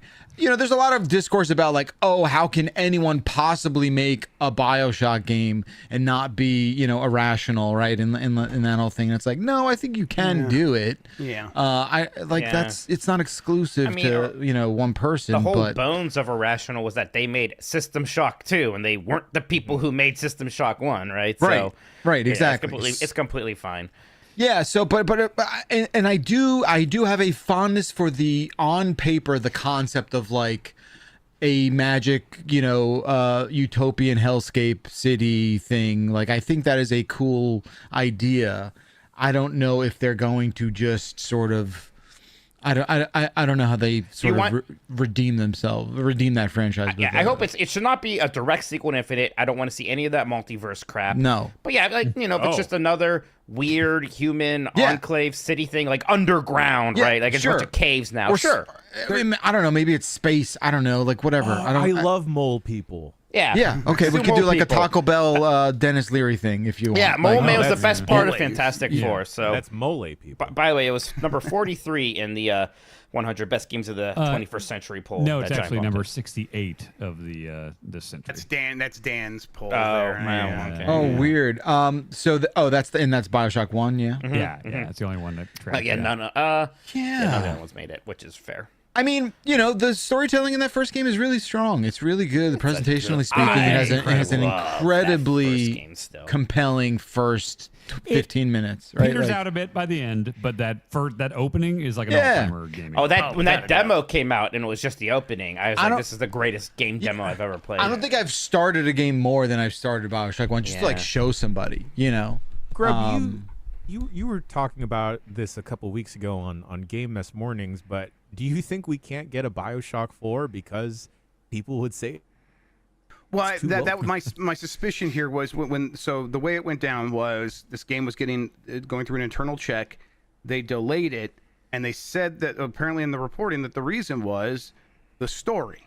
And I just can't in my brain rationalize any executive at a gaming company being like, this story's not good enough, because I don't think they know what a good video game story is, especially Strauss Zelnick, who doesn't fucking play games. So my guess here was, and this was just a guess, that the game was maybe critical of the kinds of people that are in the current administration, and the people who are paying for this game don't want to step into that, and so they are trying to back off. Now, bringing in Rod Ferguson, firing the directors, makes it sound like, no, the game's just not getting finished up. So I don't know how much of the problem was the story, really. Okay. It would be amazing if Rod Ferguson wraps this game up, then immediately goes over to Judas and just puts that one over the finish line. Also, what comes out first, this or Judas? Oh God, Judas. Probably. Yeah, Judas. Judas seems like. I think What? this. I think this still comes out before Judas. Does Judas have like a generalized release date? I can't remember. I thought it was next year, but I don't know. Didn't people play Judas and say it was like relatively Yeah, and I far played along? Silksong in 2019. yeah. Yeah. Well, but all right. that's now that Silksong is real, Mike. So Judas Yeah, is see, real. no time. I agree with Mechanized. I want to play Judas more than I want to play Bioshock 4. Yeah, Judas has absolutely no release window from Okay. what I can see.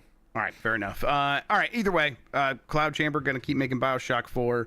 Rod Ferguson helping out. We'll see what happens there. I appreciate you making me the de facto Bioshock roving reporter, That's though. your thing. Yeah, I mean, you're a I'm man on the street. happy to own that. Happy to Yeah. own that. Appreciate that. All right, let's get on with it. PlayStation is officially getting Halo content in the form of Helldivers collaboration. All those teases did lead to something. PlayStation users will receive Halo content in the form of crossover DLC for Helldivers 2 launching on August 26th. This ODST Warbond will include new equipment and weapons. Helldivers 2, which was recently announced for Xbox, will also release on the same day. Game director Mikael Eriksson expressed excitement about bringing more players into the game, highlighting the ongoing fight for Super Earth, blah, blah, blah, all this stuff. Yep, so we knew that something was happening here because they were playing ODST music in the trailer and was saying this is PlayStation 5. Yep, Helldivers 2 is getting Halo stuff. This is probably more about the fact that Helldivers 2 is going to Xbox. Still weird to see anything Halo on PlayStation. Yeah, but I think we're gonna get used to that real fast. Yeah. I remember how weird it was when Sonic Advance came out. I was like, "What? A Sonic game on a Nintendo system?" On my Nintendo. And now it'd be weird if the new Sonic game doesn't come out on the Nintendo system, right? About to have Marcus Phoenix's do-rag on our PlayStation 5s. Yeah, that's right. Yeah. Yeah. It's all happening. Yeah, It is all happening. Yep, and I'm used to it already. You're right. Yep. Yeah, so ODST is an interesting choice here. People still like that expand alone quite a bit.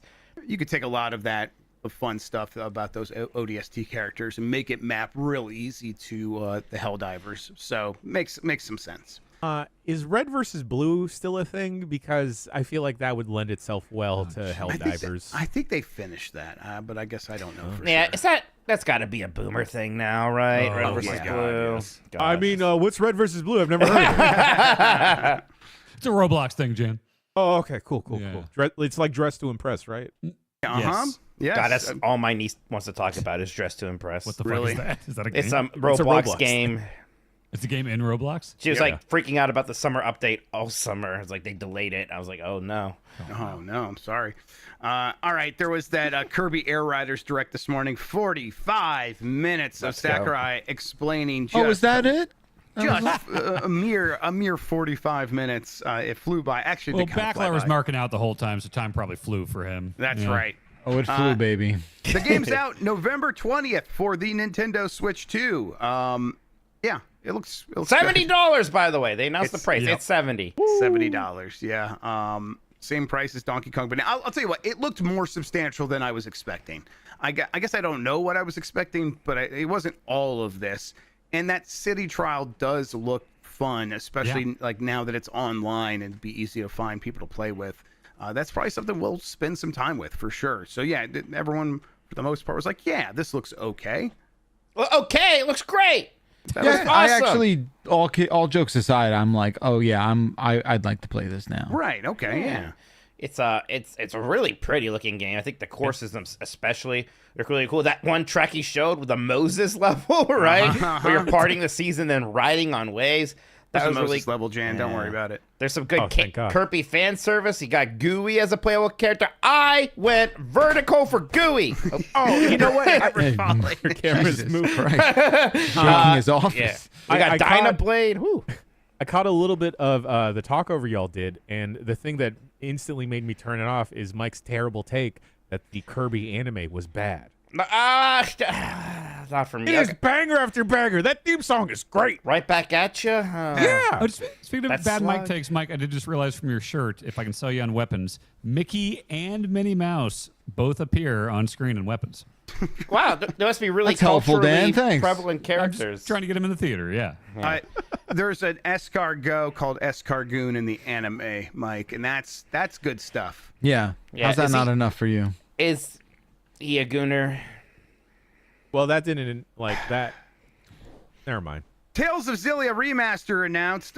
This is coming to Switch, PS5, Xbox Series X and S, and Steam on October 31st. Mike, what the fuck is a Xillia? Yeah, so I like the Tales series. They've been remastering a lot of them. This is one of the PS3 games, of which there were quite a few from that era. It's not one that I usually hear the most praise for, so I'm kind of wondering if I'm going to check this one out. The last one they did was Tales of Grace's F, which was originally a Wii game that then got ported over to PS3 and then got remastered. And I played through that one, and then by the time I was done with it, I was like, I don't think that was really worth my time. I was only okay on that one. But some of these games, like Symphonia, I think is great. Vesperia, Tales of Vesperia, which was remastered not long ago, I think that one is fantastic. That's the one I would recommend the most. So Xillia, I'm not sure. Also, Tales of Xillia was one of the few ones that had a direct sequel. And I think a lot of people are weirded out. We're not just getting Tales of Xillia and Tales of Xillia 2 remastered together, because it is a bit of a duology. So, yeah, I was kind of hoping for maybe them to do Tales of the Abyss, which is a PS2 game that people love, that got a 3DS port, but it's not available on modern platforms, or even Berseria, I believe. I hear more about generally than the Xillia games. So, you know, I'm glad they're continuing to remaster these, but Xillia isn't exactly the one I'm going to go vertical for. These are these Namco Tales of? Bandai Namco, yes, this is kind of their big JRPG series. Yeah, there's certainly a lot. How many are there? Can you pull There's a number out of lot. your I ass couldn't real just.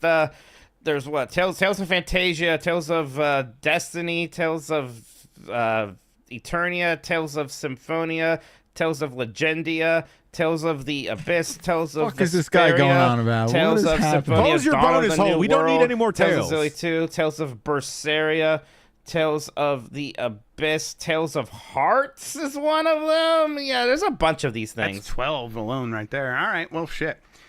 Oh, is Arise in? Yeah, Arise was the This, last brand Mikey? new one we got. It was good. It was good. I like the Rise. People like that. Yeah. All right. Microsoft hints at a more affordable Xbox Cloud gaming plan, just what everyone was craving. Microsoft is exploring more affordable and accessible options for Xbox Cloud gaming, potentially including new pricing tiers or regions, as hinted by Microsoft Gaming CFO Tim Stewart and Vice President of Next Generation Jason Ronald. Currently, Xbox Cloud gaming is exclusive to Xbox Game Pass Ultimate subscribers, who have to pay $20 a month for all of those benefits. Microsoft is also working with AMD on dedicated silicon for the next generation of Xbox hardware, focusing on advanced rendering technologies like neural rendering and AI capabilities, just like everyone's always been craving as well. Some of which will be tested on the upcoming Xbox Ally X device. These developments suggested a future where Xbox and Windows are more integrated. Blah, blah, blah. As a reminder, Microsoft is under, well, Xbox specifically is under a BDS boycott call because of their support for the ethnic cleansing in Gaza, which they are very much a part of. Yeah, the cloud gaming thing is just not really moving the needle at all anymore, right? Like, even I was like, yeah, I mean, I get it. Eventually, we'll all be playing that way, but I don't know what that timeline looks like. I don't even know if I believe that anymore. No, having a storage device space is is cool. just, yeah.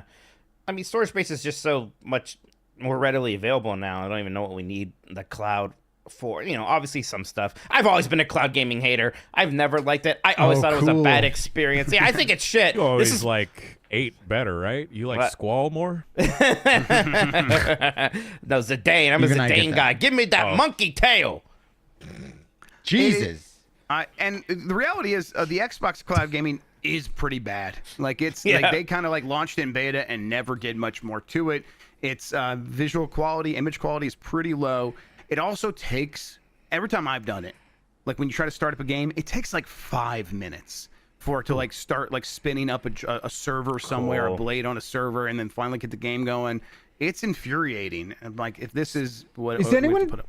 is, go is ahead. anyone doing it? I guess the G4 stuff is pretty good, right? NVIDIA GeForce Now is definitely much better in every regard. Yes. Yeah. Even the PlayStation Cloud stuff got an upgrade in the last year or two to kind of make it quite a bit better as well. But GeForce Now is the one that I would recommend. Is Amazon Luna completely dead?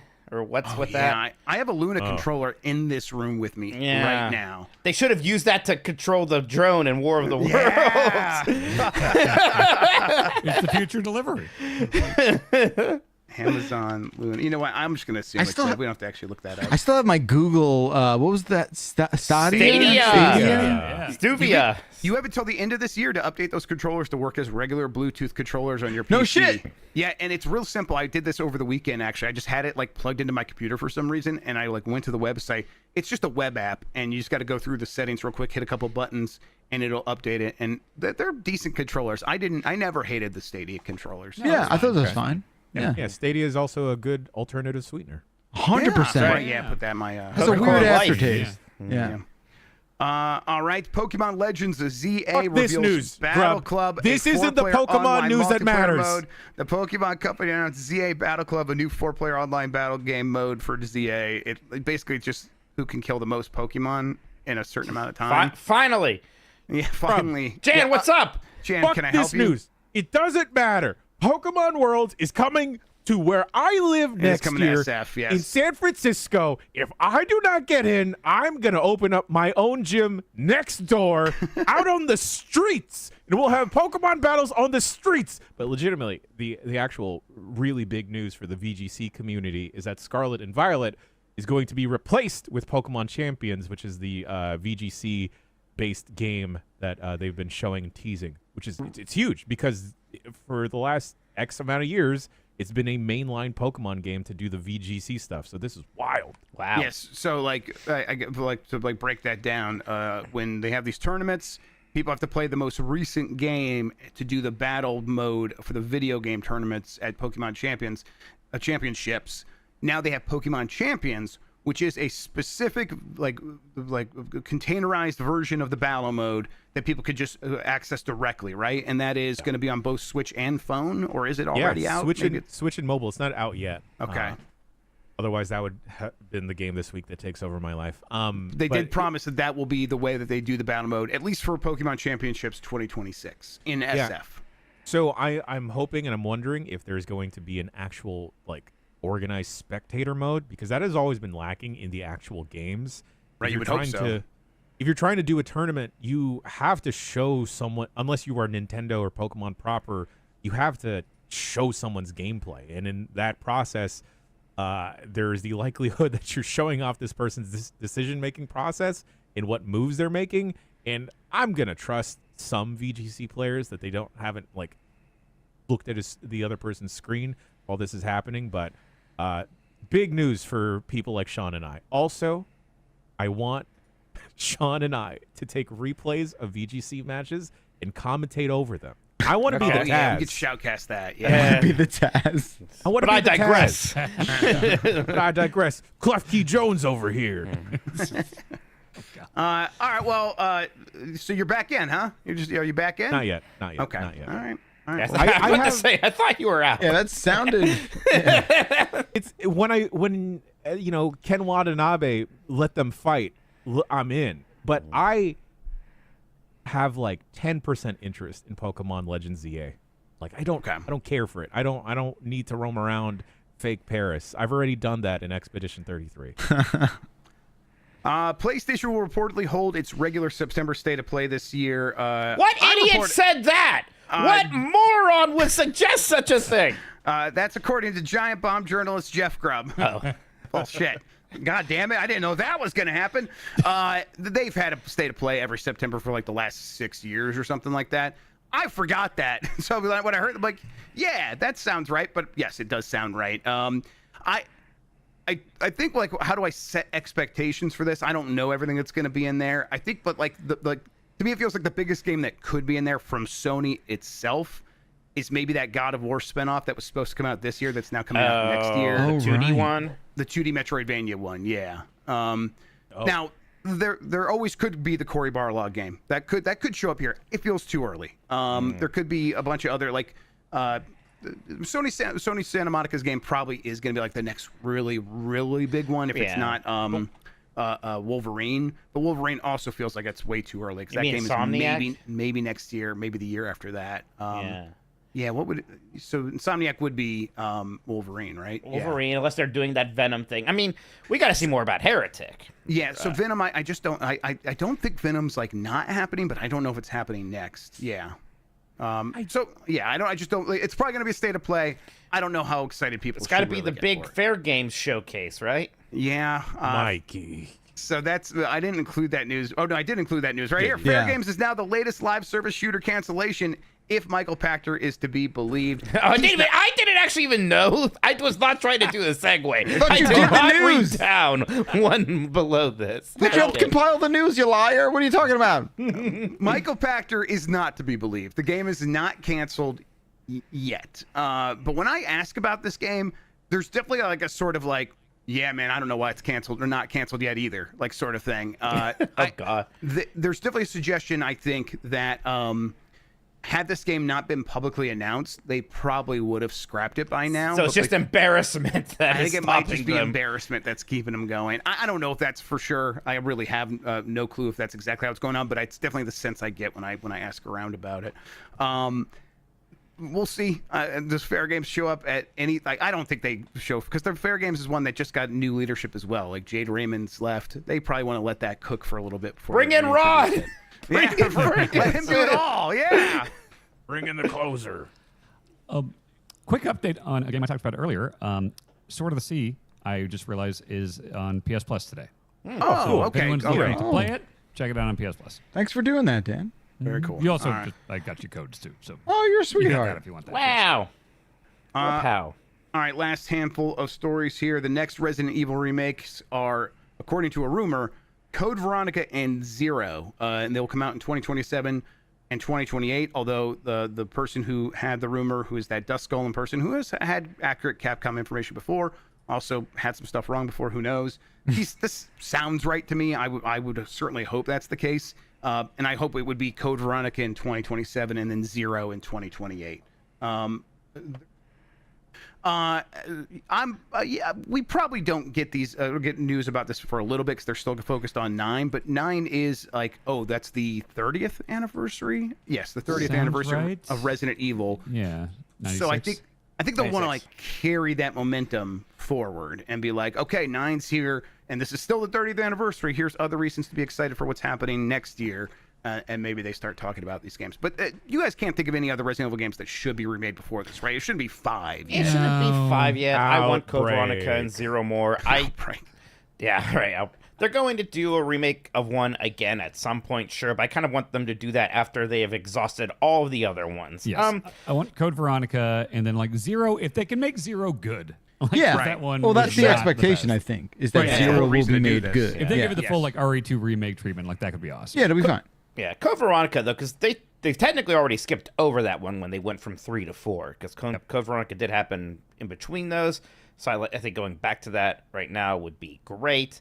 And that's a game that, was really well liked at the time. I think some people say it's aged a bit. Because that was the first one that didn't have the pre-rendered backgrounds, at least of the mainline games. So some of that looks kind of maybe a little ugly now. Especially if you compare from other games of that quote-unquote generation. Like the look of Code Veronica compared to that Resident Evil 1 remake is kind of a difference of leagues. Yeah, I think with both of these they can do a ton, and I would love to get both of them. I'm sorry to cut you Go off. ahead. No, please. I talked to someone last night actually about how the RE4 remake was their first experience with Resident Evil 4. Holy shit. Oh. And because be they're awesome. because they're 20 years old, right? Okay. So and I just found that to be amazing. And I'm like, you know what? Like it's just great. It's great. You can talk about the same kind of experience with that game. I think that's the magic, is that all those moments are like magically carried over. Do you know what I mean? And I think and it's like, yeah, there's really no reason for this person to like play the 2004, what was it? 04? Play the Wii version. Make the It's like, 20-year-old play yeah, the Wii version. you know, why, you Yeah. think so, Jen? Maybe the Wii version, or if like they have a VR helmet. Yeah, I don't know. It's like, well, especially after just recently finishing it, it's like tough to go back. But I don't know if the appetite is there, and I don't think it needs to be. I think that's what's kind of so special about these remakes, and just Yeah, it's great because they don't necessarily replace the originals because they are so different, but also they kind of, they can. I'm not going to I think they can. Yeah. Like for me, it's like, yeah, I think you can still play Resident Evil 2 on the PlayStation 1. That's still a really interesting and cool experience. But if somebody was 20 I wouldn't be like, you have to play both of them. No, No, go of play the course not. remake. You'll have a great time. And they'd also be like, how am I meant to even do that, old man? Like, Yeah, have you heard of RetroArch? Yeah, Is what it's I like, have to- okay. So make sure you don't Superstation? accidentally install a Yahoo search engine. yeah, I'm like, go steal a GameCube. I don't know, like, get the game. Like, no, that's just not a realistic or reasonable thing to ask of someone who's Plus, these remakes born after are- 9/11. These remakes are so freaking like Resident Evil 4 remake is one of the best games ever. Resident Evil 2 remake is one of the best games ever. They've been doing such a good job with them. I can finally finish the story with Code Veronica because I did the thing where I hard locked myself out of progressing in the really? game. That's so wild. and that is the reason that I have like 900 save files every time I play a game now, and now I can finally beat it. Did you learn something? That taught you something. You retained Real it. quick. What do you think Resident Evil 7 is going to look like down the line when it gets remastered? 'Cause, that's the this thing, is way like- down the line. Way right? Yeah, I guess It's like so where 10 it's years away. Yeah, like At least. like games from what's the year we have, Jeff? 2016 and forward. Is this kind of like games don't actually look that much Yeah, better than that 2016 is anymore? the year that I'd always point to. And I think that's 7 is a little bit past that, so I'm sure there's things they can do. Ooh. We already had Last of Us Part 2 Right, remastered. it's not always right? about like what can they do. It's about can they make more money by reselling it, so they'll come up with something to do. Now, Capcom, get ready to cut the check here. D-makes. Okay, Oh. Sure, They did that with Dark Void. that's true. Do that, do make a PS1 version of Resident Evil 7. Yeah, I would take Yeah. that. God, yes, that's incredible. Do that for Resident Evil 6, right? Just make it a Contra like. I don't. Actually, I'm back on board. My gut tells me the audience for that is not as large as you might No, think. yeah, No. it's definitely smaller. Yeah, The absolutely Resident Evil not. audience, though, is big enough to like justify that a couple of times. It can't be like it's not going to sell like Resident Evil fucking 4. No, Yeah. no way. Yeah. All right, Jeff Bakalar's most anticipated game, that new Jurassic Park Survival. That joke was Survivor. It's a survival here. I think Trespasser. yeah, it's Trespasser 2. They did it behind the scenes on this, just kind of confirming that game is still happening. They're pretty excited about it from all the way that they're talking in there. They had people from Universal being like, "This is it. This is the real Jurassic Park game." It takes place a day after the first Jurassic Park movie. You play as a scientist, and you're trying to escape, and it looks pretty promising. It's also is called Survival. I apologize, Jeff. It happens. I was like not sure as well as I was saying it and reading it here on my screen. Wait, why is this my anticipated? What happened? You were a funny duddy when they reveled this game. You were like, we were all like, Weird. that looks pretty cool, and Backar's like, oh, that looks kind of garbage. Sure, it was Bacalar. No, I'm a Jurassic Park guy. Right, but the frame rate wasn't up to your snuff. And it was okay. like, Sure. I think it like dropped in a couple things. You're like, nope, that's trash. And I'm like, yeah, Okay. I mean, look, it didn't look great, but didn't- hopefully okay. we'll be able to pull it together. This is another Saber joint. They're doing a ton of stuff. We talked about that every time I bring this up, but they're doing Turok. They're doing that new game that I'm excited about docking, where you run a dock. Oh, yes. Yeah. The docking okay, yeah. Oh, They're doing that kind too, Mike. Yeah, sure. yeah, they're doing the Knights of the Old Republic remake. They're the ones that took that over. There's a bunch of others as well. They're doing that Hellraiser game. That's not an asymmetrical multiplayer game. It is a straight up like survival action horror game. And they're doing the same thing with Jurassic Park. I hope it's good. This seems very. I'm promising. excited for it. I think it looks really neat. Last thing here, as we get done, Gamescom will just be going on. Opening Night Live is going to get started. We're going to talk over that. So I'm not sure if like we should be doing any sort of predictions or whatever, but let's do like one last like, hey, do you have any hopes or dreams for what you want to see from Gamescom? And then we'll get to see really fast if it's going to happen. I hope a game comes out on Mikey's birthday, and he can tell us that. That'd be Oh, great. sure, yeah. I could just Yeah. turn to somebody and be like, that's my birthday. This is, and I'm not expecting it, but this is kind of almost my last hope for Final Fantasy IX remake. We'll see. Oh, yeah. I'm pulling for you, rooting for you. Legitimate thing, Randy Pitchford will show up. I think you're right. Remember, about we Molyneux? had the freaking we had the Peter Molyneux jump scare last year. Oh, Yeah. that's right. Oh my Yeah. God. All right, I hope he's back with Goddess 2. Curiosity Cube. Yes, Curiosity Tube. There we go. Ooh. All right. We have it right here, so I'm just going to say it. I think it's still going on, our beta test for the website, enormousexplosive.com. Go check that out. It's good. Oh, there are Chuck did updates good work. happening. He's doing some really good work. So Yes. if you are a premium member, you should go check that out. And if you want to check it out, you could just become a premium member. giantbomb.com/join. Then go to enormousexplosive.com and sign in, and you could partake. All right, Jan, that does it for the headlines. I'm handing it over to you. It's all yours again. Fantastic. We're going to take a quick bricky break, and we will be back with emails and super chats if we got any. We'll see you on the other side.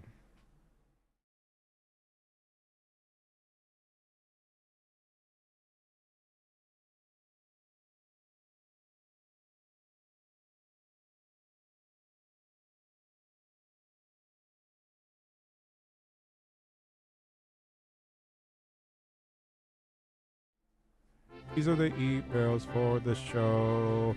I will read your emails now. Emails. Bombcast@giantbomb.com is the email address to send your emails to. You can write in about any and everything. Something we've said on the website across the internet. Please feel free to write in about it. We don't accept corrections because we've never made a mistake, though. You got a fun quiz, you want to avoid an awkward social interaction, or you got some fun trivia, send that our way at bombcast@giantbomb.com. First email of the show. Hola, GB Zaibatsu. In light of recent and upcoming video game to movie adaptations, a movie podcaster I follow declared he was going to make his own return to video games after 25 years away by playing to completion Death Stranding and Elden Ring, which are, obviously and hilariously, two of the worst games to pick up to try and get back into video games after a long time away. What are other terrible ways are there to get back into the passion of yours? Jan, worst way to get into coffee? Minotti, worst theme park ride or attraction? Bacalar.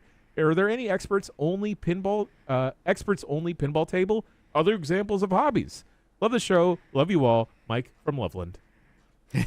Yeah, I think the worst attraction you can do to get back into theme parks is that Spider-Man ride in California Adventure. So bad. Where you just kind of move in front of screens and you're forced to do like this motion over and over again. Wow.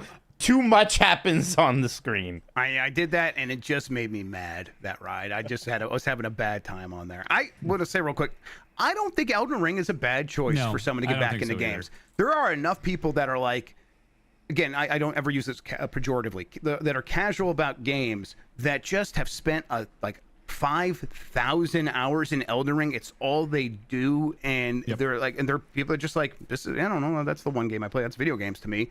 There's something about it that I think would be a really good thing for, like, to teach someone, like, this is what video games can be now, and you can get completely lost in there, which I think what people want when they come to games after a long time. Yeah, like Souls games have become like a subset of streamers as well, and just content creators of like, no, I only specifically do games of this style. Yeah, the chat's got Tarkov. Tarkov would be a bad one to try if you were trying to get back into games. Daisy, maybe. Yeah. Worst way to get into coffee is you just start by roasting your own straight off the bat, and you don't know what flavors to look for or how to, properly extract a good roast. Or just putting the whole beans in the filter. Yes. That would be the worst possible way. I learned a bad way to get back into running after taking a winter off is to just start marathon training after not running for several months. That's a great way to get injured and not be able to run. So don't do that. The worst way to get into Star Wars is to watch any Star Wars content right now. It's mostly pretty bad. So yeah, don't do that. Yeah. Feels like people mostly agree that like pinball in the 70s was bad. You know? I don't know why, but I guess there's really nothing that's sort of like withstood the test of time there. 80s stuff is, what's a really bad game is the Mario Brothers pinball game. That game sucks. The Mario that game 3 sucks, one? but no, it's like it's just generalized Mario Brothers. Okay, I know. It's just bad. No, I think it's like green and blue. Okay, there is a yellow one I remember, Jan. I want to say it's got like mostly a Super Mario World sort of theme. Yeah, Backler, I'll see it on Facebook Marketplace every once in a while and be tempted just because it's like, oh man, that'd be a cool thing to have. And then like I hear the game that's sucks, just a slanted coffee table for you, buddy. I mean, this blue one looks like it's based on 3. Yeah, around that. I always, whenever I see that in the wild, I'm just like, now I see the one with Yoshi. Okay, yeah, okay. Yeah, whenever I see it in the wild, I'm just like, fuck that. Yeah, I think that for me, you know, there's just because it has a good theme doesn't mean it's a good game. All right, next email comes from Jeff in Quebec. Hey, gang, why is there so many games featuring spooky skeletons rolling around a giant wooden wheel like Axel from Twisted Metal? That's not right. That is so fucking specific. Yeah. Not really mentioned in other media, yet Oh, Dan goes. He's got his poster. Boot up just Wu ripped Chang and bam. off the There wall. they are. What other common enemy types would you ban from any and all future games? Because, I mean, we've seen it all enough by now. Jeff from Quebec. Dan, are you Dan. just trying to prove to us that Axel's wheel is not wooden? We know that. It's not wooden, and he's not a skeleton. What are you talking what's about? under all that flesh? Well, right, but that's a man. That's not a skeleton. Well, also in Dan's defense, Axel has he's an Axel, right? And he has two wheels versus the one skeleton wheel that's just doing like weird cartwheels. Okay, now wait a second. I think we're misreading here.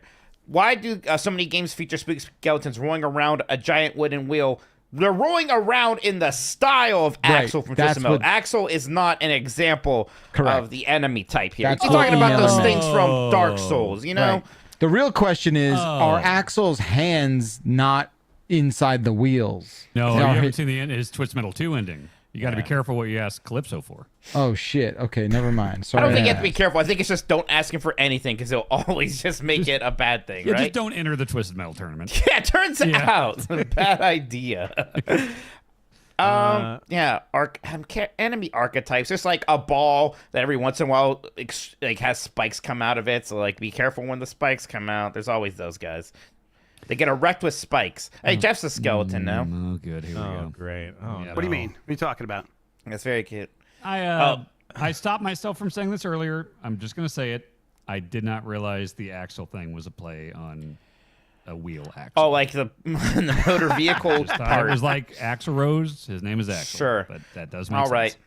Yeah, it's okay, Dan. Look, that's fine. That's fine. You were like 7. Who cares? Look, it's I don't honestly, think about cars ever, so I Sure. didn't even honestly, consider it's it, better so. than during the War of the Worlds watch-along thing when you were like, how are they able to just do this? That Tom Cruise movie wasn't that long ago. They could just make another one. You were confused about the fair I use just thing. didn't know it was public domain. Yeah. Yeah, No, it's yeah. very public domain. Yeah.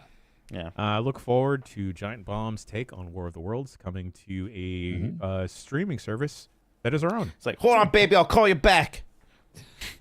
I got a Zoom call. I got a Microsoft Teams call with the president.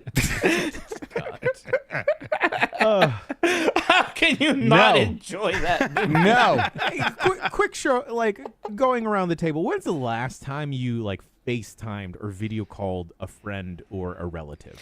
Oh, God, we were doing a Yesterday. lot. Holidays. Yeah, I was doing a lot of them during the Zoom or the pandemic. My friends, they're even more boomers than me. They were doing Skype calls during all of that. Skype is still around? It's not anymore. It's literally gone. They're all like, "What do you mean Skype's gone?" When I told them, and I tried to explain Discord to them. I don't know if Is they it Yeah. really followed. gone? I think Skype's gone. Skype turned into Teams somehow. Yeah, I think it's gone man. now. It's done. Microsoft really knows what they're doing, huh? Yeah. Every Sunday my wife FaceTimes with her mom. Okay. That's how people talk. What do you mean, Jen? I'm just Kids not a do. FaceTimer. I'm sorry. I don't want to FaceTime. That is Not I a think phone talker. I think that's the dominating sort of way that people communicate now when Like, they're I'll talk- chatting. Like, I love a good phone call, but like, I just don't want to look at someone's face. I hear you. Also, like, I get self-conscious of like, am I holding the phone too low that it looks unflattering for me? So then I have to like hold it up, like that. I don't want to think about that. All right, next email comes from, let's skip around here so we have some time before Gamescom. Evie May writes in, "Hey, duders, my girlfriend and I watched a really interesting movie tonight called Under the Silver Lake. It's David Robert Mitchell's blank check follow-up to It Follows. It flopped, and it reviewed incredibly mixed. So why should you watch it? Why Giant Bomb? It's because it features a Nintendo Power magazine as a plot point, has Disaster Piece as the composer, and, if that connection to Fez wasn't enough, features tons of cryptography. Also, it is heavily inspired by David Lynch. If that's not enough, Andrew Garfield is pretty hot in it, despite playing kind of a sleazeball. Check it out. If you do, I'd love to hear your thoughts. would make for a great discussion too if you need a content justification. Love y'all, Evie May. I've heard of it. Silver Lake, is that the movie?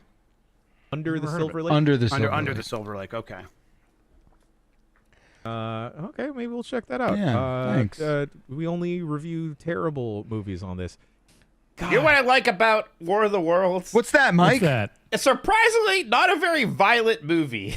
No. Did any of the face character, does any character with lines die in Yes, that movie? Andrea Savage Andrea died. So here's the Wow, thing that's right. about that, Mike, is when I was watching that movie, I might have been a little high, and so the Oh, 90-minute movie felt like 5 hours, and Oh, yet really? it's still a good way. And so as the movie's progressing, I'm like with you, Mike. I'm like, this is not too like in your face or anything. And then there's the scene where the pregnant lady is bleeding out.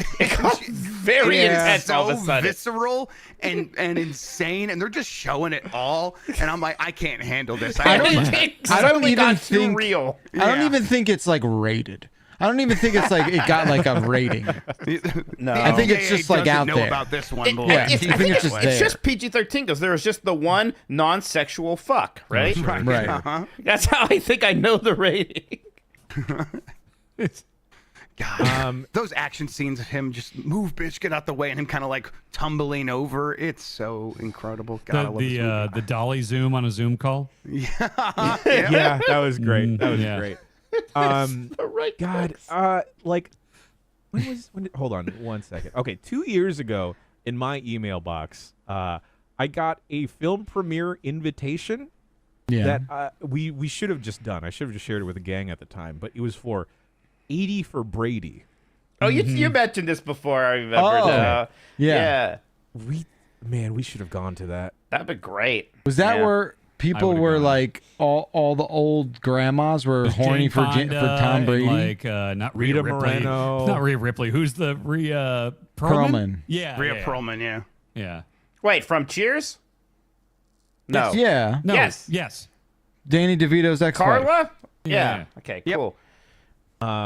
But God, how hilarious would it have been if like the five of us showed up to a red carpet thing.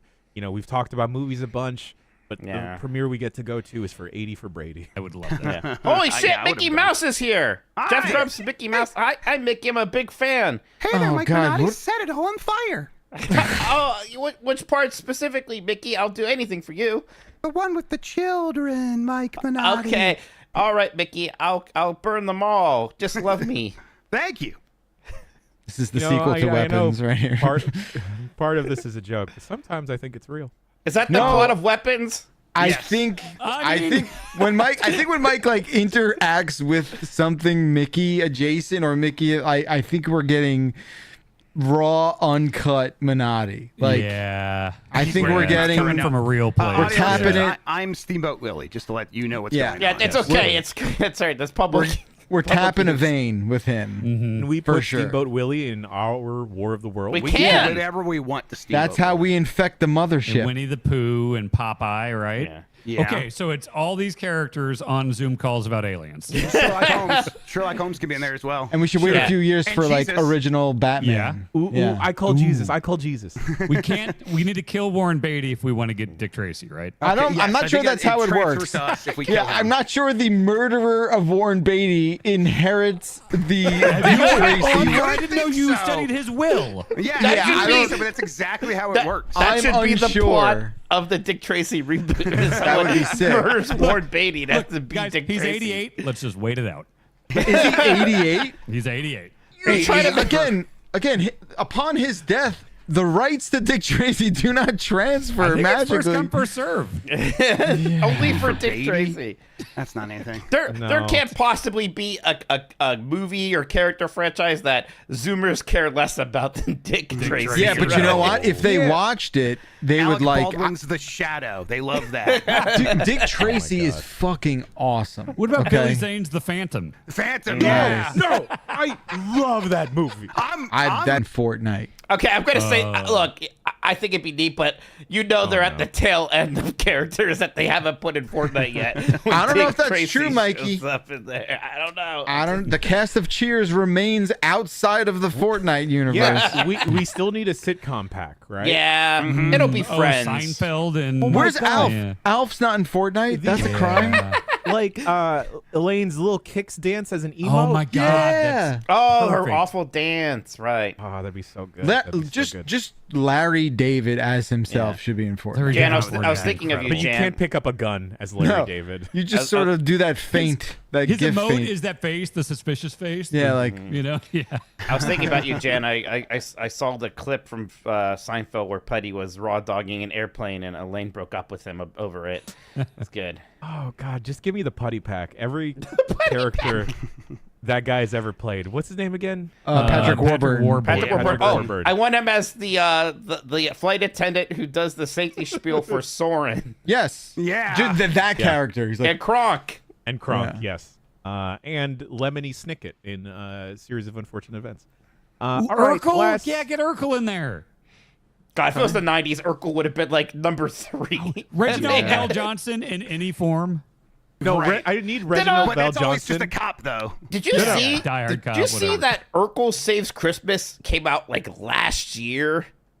what? It's an animated special. I think no other Family Matters characters are in it. It's just about Steve Urkel saving Christmas, and I've got to know what that is like. Hear me out. Fortnite character, Ernest. Oh, Yeah. Oh, yeah, he would have been number 5 if this was the 90s. Hey, And I Dauber was- from Coach. I was maybe a little. Oh hell yeah! I was maybe a little young at the time when the show was actually airing. But was like Screech from Saved by the Bell a beloved character? Yeah. He was Yeah. Urkel, yeah. He Yeah, was that's a Urkel. good way to was describe supposed to be, him. he was supposed to be more annoying. Urkel was more lovable. I think Dustin Diamond just put a little stink on Screech. Well, that was Sure. that was after the fact, Yeah. I think. But What yeah. about Jughead? What can we get some Archie characters? I was a big Oh, Oh, buddy. it's Archie fan. Riverdale, Mikey. People- What are you talking about? Yeah. None of this edgy reboot stuff where freaking Mindy dies at the end of season 2. I want like good old fashioned going down to the soda shop. Betty No, it's Veronica, impossible who now. knows who's better for you? It's Betty. But yeah, I want that. Always a Veronica guy. I want to be Aunt Becky from Full House in Fortnite. You gonna go to jail? She could use the money, yeah. Oh no! Yes, she went to jail. Yeah, Yeah. just for don't feel too bad, just for a little bit. Yeah, just a little tiny bit of person fraud, jail. too. Yeah. Like, Yeah. Just That a was- little jail. It was fraud, or she was bribing people to get her kids into Yeah. good schools. Yeah, It was yeah, that. yeah, Basically. yeah, It was yeah, her exactly. and who else? Who Someone else. among us? It's my all right, first last crush two- ever. The last 2 emails of the show. This one comes from Brock from Spokane. I know it's Spokane. To the Bomb Boobers. Oh. I have a story of a video game helping me get a job. I applied to be a box truck driver for the local newspaper. This was in 2019, and yes, I was also surprised they were still around. Anyway, when I first drove the truck with my boss, he was telling me to brake a turn wide while I was already in the middle of said wide turn. He was surprised at how fast I picked it up and told him that I played a lot of Euro Truck Simulator too. He was impressed with the entire drive, and I got the job despite running a forklift into a wall later that day. My question is the opposite.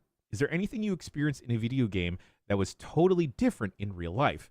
I just got a beginner's lock picking set, and it's very different from Skyrim, obviously.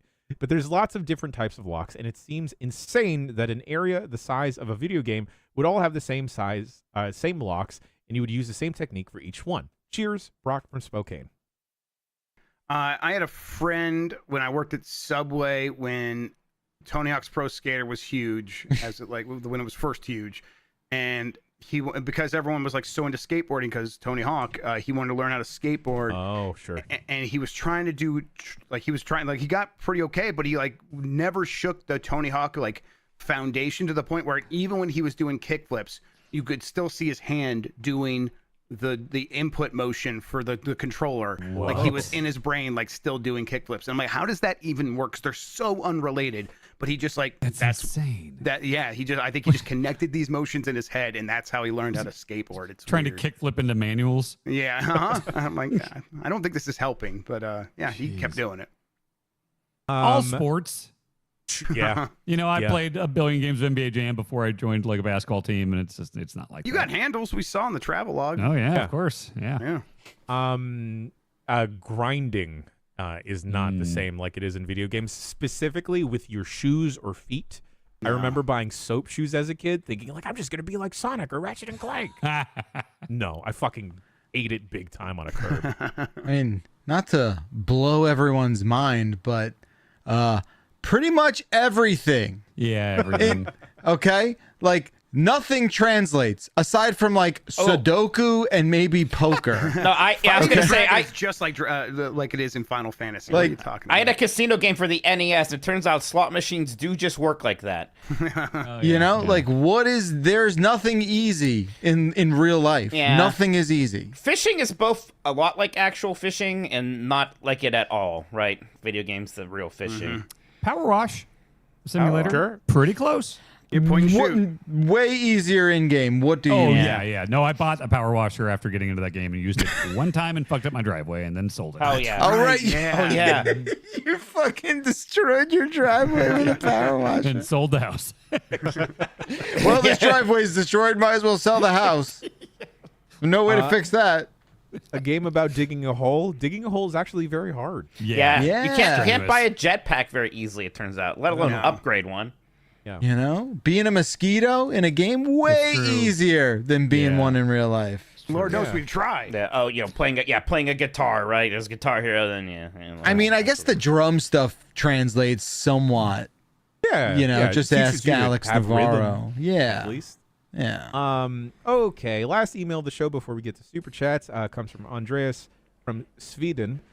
Hi, Bombcast. Due to time zones, I'm rarely awake to watch and comment live. But this is something I thought you absolutely needed to be aware of after I heard you talking about how there should be a third-person mode for Trespasser.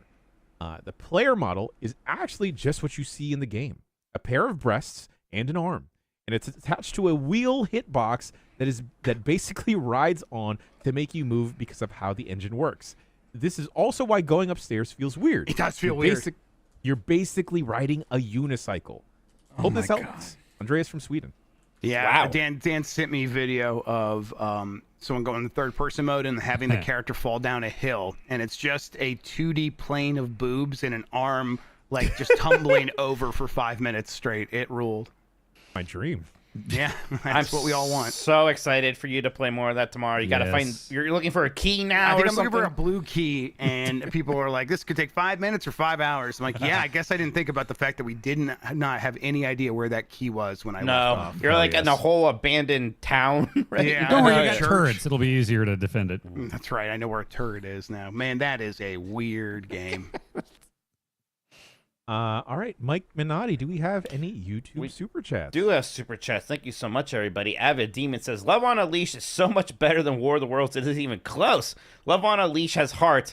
War of the Worlds has Bezos. What's he? I don't even know how to say that fucker's name. Bezos Bozo. money. Love on a Leash lady had to pay her actors with wonton. Look, I don't want to have to play this card, but like Love on a Leash has a gay joke in the first 2 minutes.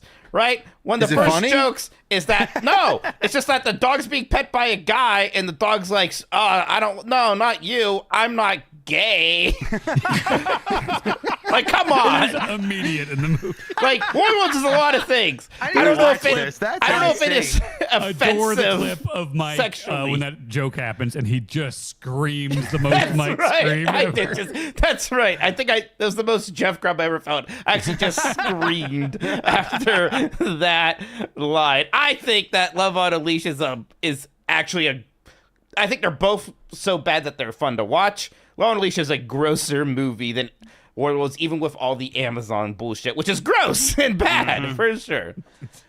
Sign from Saskatchewan says, is Mike taking food off your families with his draconian mug policy? Thoughts on Fly Bacalar in the latest Pickle Giraffe all-timer Pickle Giraffe episode? I'm sorry, what? You should watch that. It's really, Yeah. really, really Yeah. good. Okay. Yeah. Thank you, Pickle Giraffe. Shout out for the amazing work. And yeah, Mike's fucking us on this. This is our Yeah. money that he's, like, I still Food think directly that off family. if next time he's out of town, we are just going to go in that store and put a mug up and make him deal with it. Don't you dare. I don't know how hard this is to do, but a big thing in a bunch of different groups of fans lately are picture cards, right? Not trading cards, but picture cards. The K-pop people love this. Mike, is it possible to have like a little wallet-sized photo, a randomized photo of one of us in each order? Oh, interesting. No. Oh. Well. Next up here is from Simon. Again, it says, you should make sitcom intro videos from 70s, 90s. Songs, I think it should just still be that Last Action, a Great American Hero song, right? Believe it or not, I'm walking on air. Yeah, that one. That's so good. The one that George Costanza made his answering machine. Yeah. I only know it from the Costanza. Believe it or thing. not, George isn't at home. I think I told you guys that I recorded a version of that for my family. That was our answering machine thing for like my entire life. I didn't like, need to hear you makes say sense. that to know that that's absolutely true. yeah. Next time all of us are in San Francisco, we should remake the Full House opening. Oh, Oh, yeah. absolutely. Yeah. Days gone by. Yep. That's it. That's the one. Wait, was that Family Matters? Shit, now I'm scared. Oh, right. You're No, right. Seems to me. That's Family Matters. Oh, you see. Whatever Yeah. happened to predictability? Ding, It took me Man, the decades to paperboy. realize it said predictability there. I thought it was just kind of a mumbling. Mumbling. There's no lyrics. It's That's just what all lyrics sounds. sound like to me, though. You know what's fun? Have you ever seen? Because when they did Full House, they shot a pilot with a different person being Danny Tanner, and they filmed the intro too. And that's the weird part to see. It's like there's the intro, with literally the car and the zoom out on the Golden Gate Bridge, and it's just some other guy Some as guy? Danny Tanner. Who is it? And I Andrew do Dice not Clay. like it. Yeah, who is it? Barack Obama. Yeah. God, who No was way. Yeah. yeah, They call him Black Danny Tanner. It's really weird. it's very, very strange. It's EDT. very uncomfortable. Right, yeah, but it's like it's literally if you woke up one day and somebody else was pretending to be your mom and like tried to give you a kiss. It's very uncomfortable. I don't like seeing it. I All do right. feel the same way about Bob Saget that I feel about my mother. Yeah, Yes, you're right. I agree. Next up is from Beardsley. It says instant early access for Raccoin. What have you done to me, Jan? I'm sorry. I gotta take everyone else down with me. I want to play this downloaded game. it. I'm really into it. I like we had that fun Coin Pusher like arcade Yeah. asset flip game that was a lot of fun. We should go check and see how they've done on that because they keep updating it. AP Fug or Fugue says I want Steep 2. What impossible sequel do you want? Ooh. Kirby's Dream Course 2 is definitely the one Yeah. that I would love. I guess that's not impossible, but it seems impossible. Final Fantasy X-2. I want Star Tropics 3. I want a very modern AAA Star Tropic, like a Breath of the Wild, but with Star Tropics. It'll never happen, but it would rule. Anyone else? Dan, come on, see you Impossible thinking. sequel? Yeah, not gonna happen, but you would love it. I would say whatever you're thinking. I was thinking Twisted Metal. Yeah, I've been, that's it's not rumors impossible, for- yeah. It's not impossible. Like it was rumored and like in development. and People stuff, like and, that show. It just got canceled. Yeah. Yeah, the show's doing guess well. I'll They say. gotta be trying again right now with that show doing so well, Yeah. right? Yeah. Is it think generally liked? Yeah, Yeah. really well liked. Yeah. Yeah. Huh. There's a chance. Shouts out to Smo Joe. Hell yeah. All right, but backwards, you say one? Or you passing here? No, I think the impossible one, I don't know if I have an impossible one. I do, in the spirit of Steep, I do want like an SSX Tricky 2. Oh, that does feel impossible. Yeah. EA Big 2. That's Yeah. Just a whole new line. Yeah. No, Yeah. NBA Street. How about that? Yeah, that's a good one. What's wrong with these companies? It's right there. literally It's right like there. I know it's boomer and I know it's like cooked to say it, but it's also true. It used to be better. Like it honestly used to be It did. better. Yeah. Well, I can just when we look at got my NBA wall of Street PS2 games and be that like, is yeah, just this is all better. demonstrably better than what we get today. Yeah. Yep. All right, next up here is from Grant NP. We better get B Week again soon.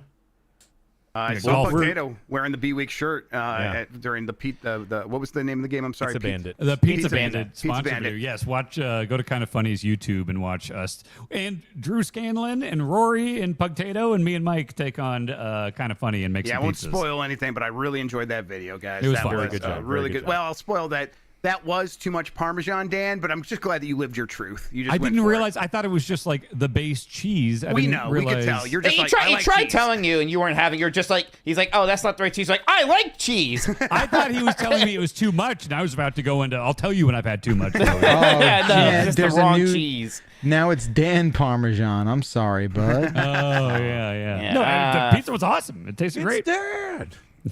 I think the Premier League has started up again. Dan, we got to see how our Brentford Bees are doing. Oh, the Brentford Bees were big bee heads. Yeah. Yeah, absolutely. We're gonna Go have Bees. golf week soon.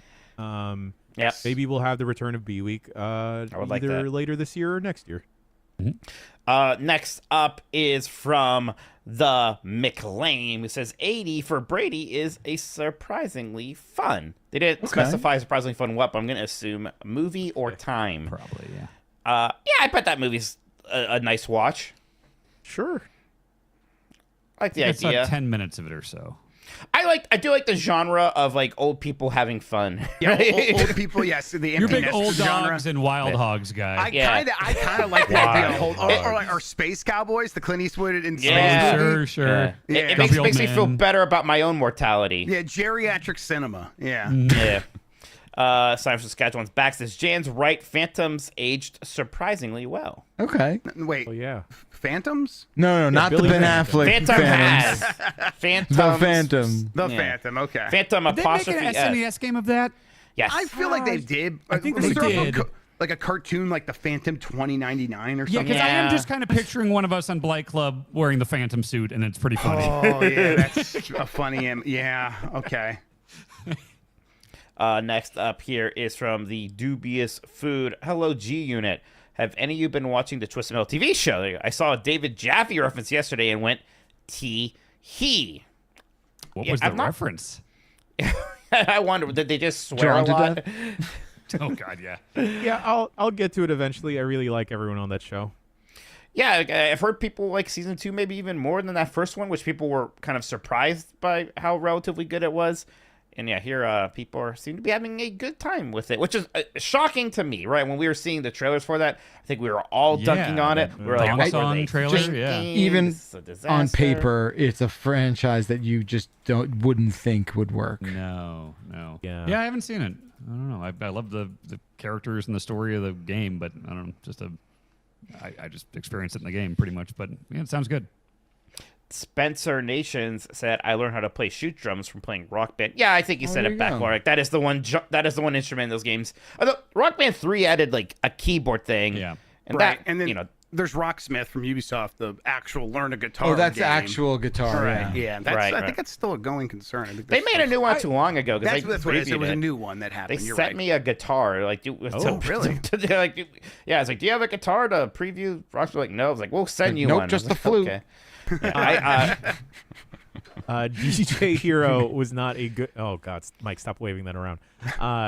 DJ Hero is not a good way to actually learn how to DJ, but I think Fuser can actually teach you some good fundamentals. Right. Oh, sure. Yeah. But boy, DJ Hero ruled. God, it was a fun game.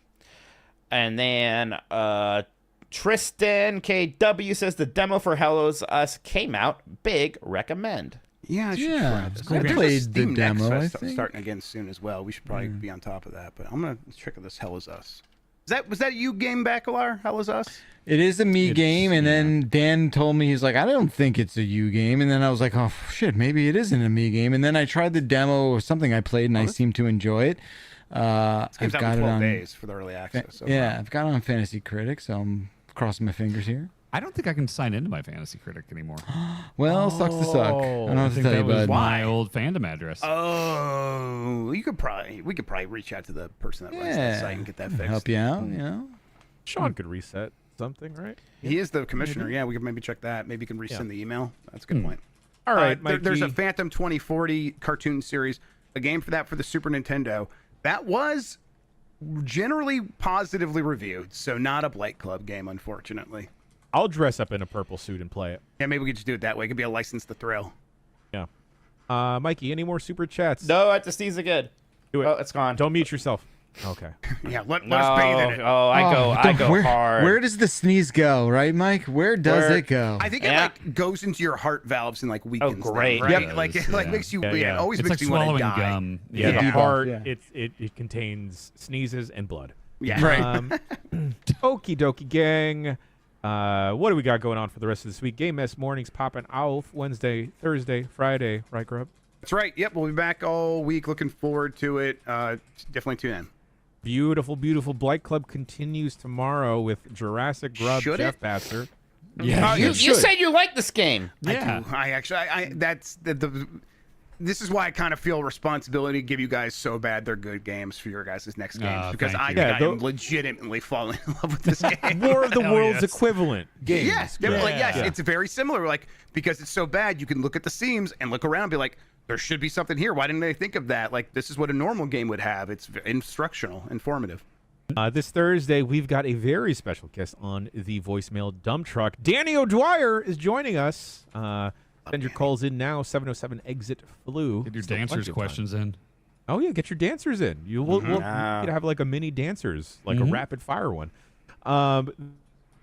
This Friday on Unprofessional Fridays, we're playing Bubsy Robo. No, that's not a Bubsy mod. We're playing the new Bubsy remaster, the Perfect Collection, as well the perfect collection. as Chibi Robo. Dan's going to try that for the first time. Dan, I think you're going to enjoy it. I think I am too. Seems very up my alley. We may, if there's time, we may throw in some Raccoin Pusher into there as well. Maybe wanna we'll see do it. Unfinished sometime on the website. On Thursday, we're going to do Abyssus. Right. That 4-player roguelite cooperative game. It's a shooter. It's Abyss with us at the end. If I'm And you saying know it what? weird. I hear you. And you're right, all of you.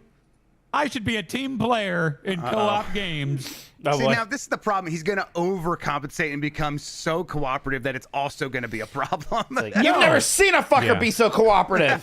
No, I'm going to be a team player, no horsing around, no trolling. I'm just going to be a good teammate. You're I don't, not. You I don't have want you no. to change, Dan. You can't do I that. do. You don't possess the ability to do that. Yeah, I don't. That's No, the thing. I can turn it on. I can turn it off. You watch me. You watch me. See. It's See, now it's this feels stuck competitive on. in a way that it isn't cooperative. Yeah, Yeah. toxic It's not- You positivity. Yeah. I will be just a Your straight up switch good is teammate. broken. It's not. I can turn it on. I can turn it off. Doesn't Oh, I have see two the problem. stages. Watch me. I see. Dan's set to evil. Okay, there we Yes, go. exactly. Yes. Wow. Reset Dan to factory settings. Okay, gang, and we were just talking about it, but please go check out on Kinda Funny's YouTube the Pizza Bandit video that we did with them. A lot of fun times. Once again, shouts out to Pugtato, Matthew, Rory, and Drew Scanlon for popping on Team GP and going against the Kinda Funny gang. No spoilers, but hey, it's a very good time. Very good time indeed. Thanks again to anything? MSI. Thanks MSI Yes. for your Thank you, MSI. support. Hell yeah. Once again, the Giant Bombcast is presented by MSI. If you are going to PAX West next week, and go ahead and stop by the MSI booth, tell them that we sent you. You Don't be have to- shy. Don't be shy. You also don't be creepy and whisper it. Just tell them. you get that feedback during the break. Yell. Yeah. Just go there Don't- and say, "Hey, Giant Bomb sent me," and get because I want one of you guys to win the stuff that they're giving away. And send it to me. Yeah, and give it to Mike. Yeah, I want one of you guys out there to win a Mobo. All right. Yeah, get a we need Mobo. some hot Mobos. They're good for Jipoos and all sorts of things. I What need are Well, you again- saying? What for? They're good for what? All sorts of things. Jibbos and Peaky. Mopus are good for Jinpoos. These sound like Banjo Kazooie collectibles. You Those are expect me to words. say words properly? Yeah. Mike I Minotti? do. I also don't expect you to change, They're Jan. good for your Rams. You know. I'm going to keep shortening words Your and make SIDS? new words. Gang, I think that about does it for the Giant Bombcast. It was fun We'll during the see you read next- when Jan read Mobos. I could tell he was delighted. He was like, "Yeah, Mobos." I'm always delighted to say something with hella syllables or just fun words in it. Anything that ends in an O sound. Folks, that does it for the Giant Bombcast. He's been Jeff, he's been Mike, he's been Dan, I've been Jan. We're presented by MSI. We'll see you next week for another episode of the show. I love you. Goodbye. Happy birthday, Dad. Love you.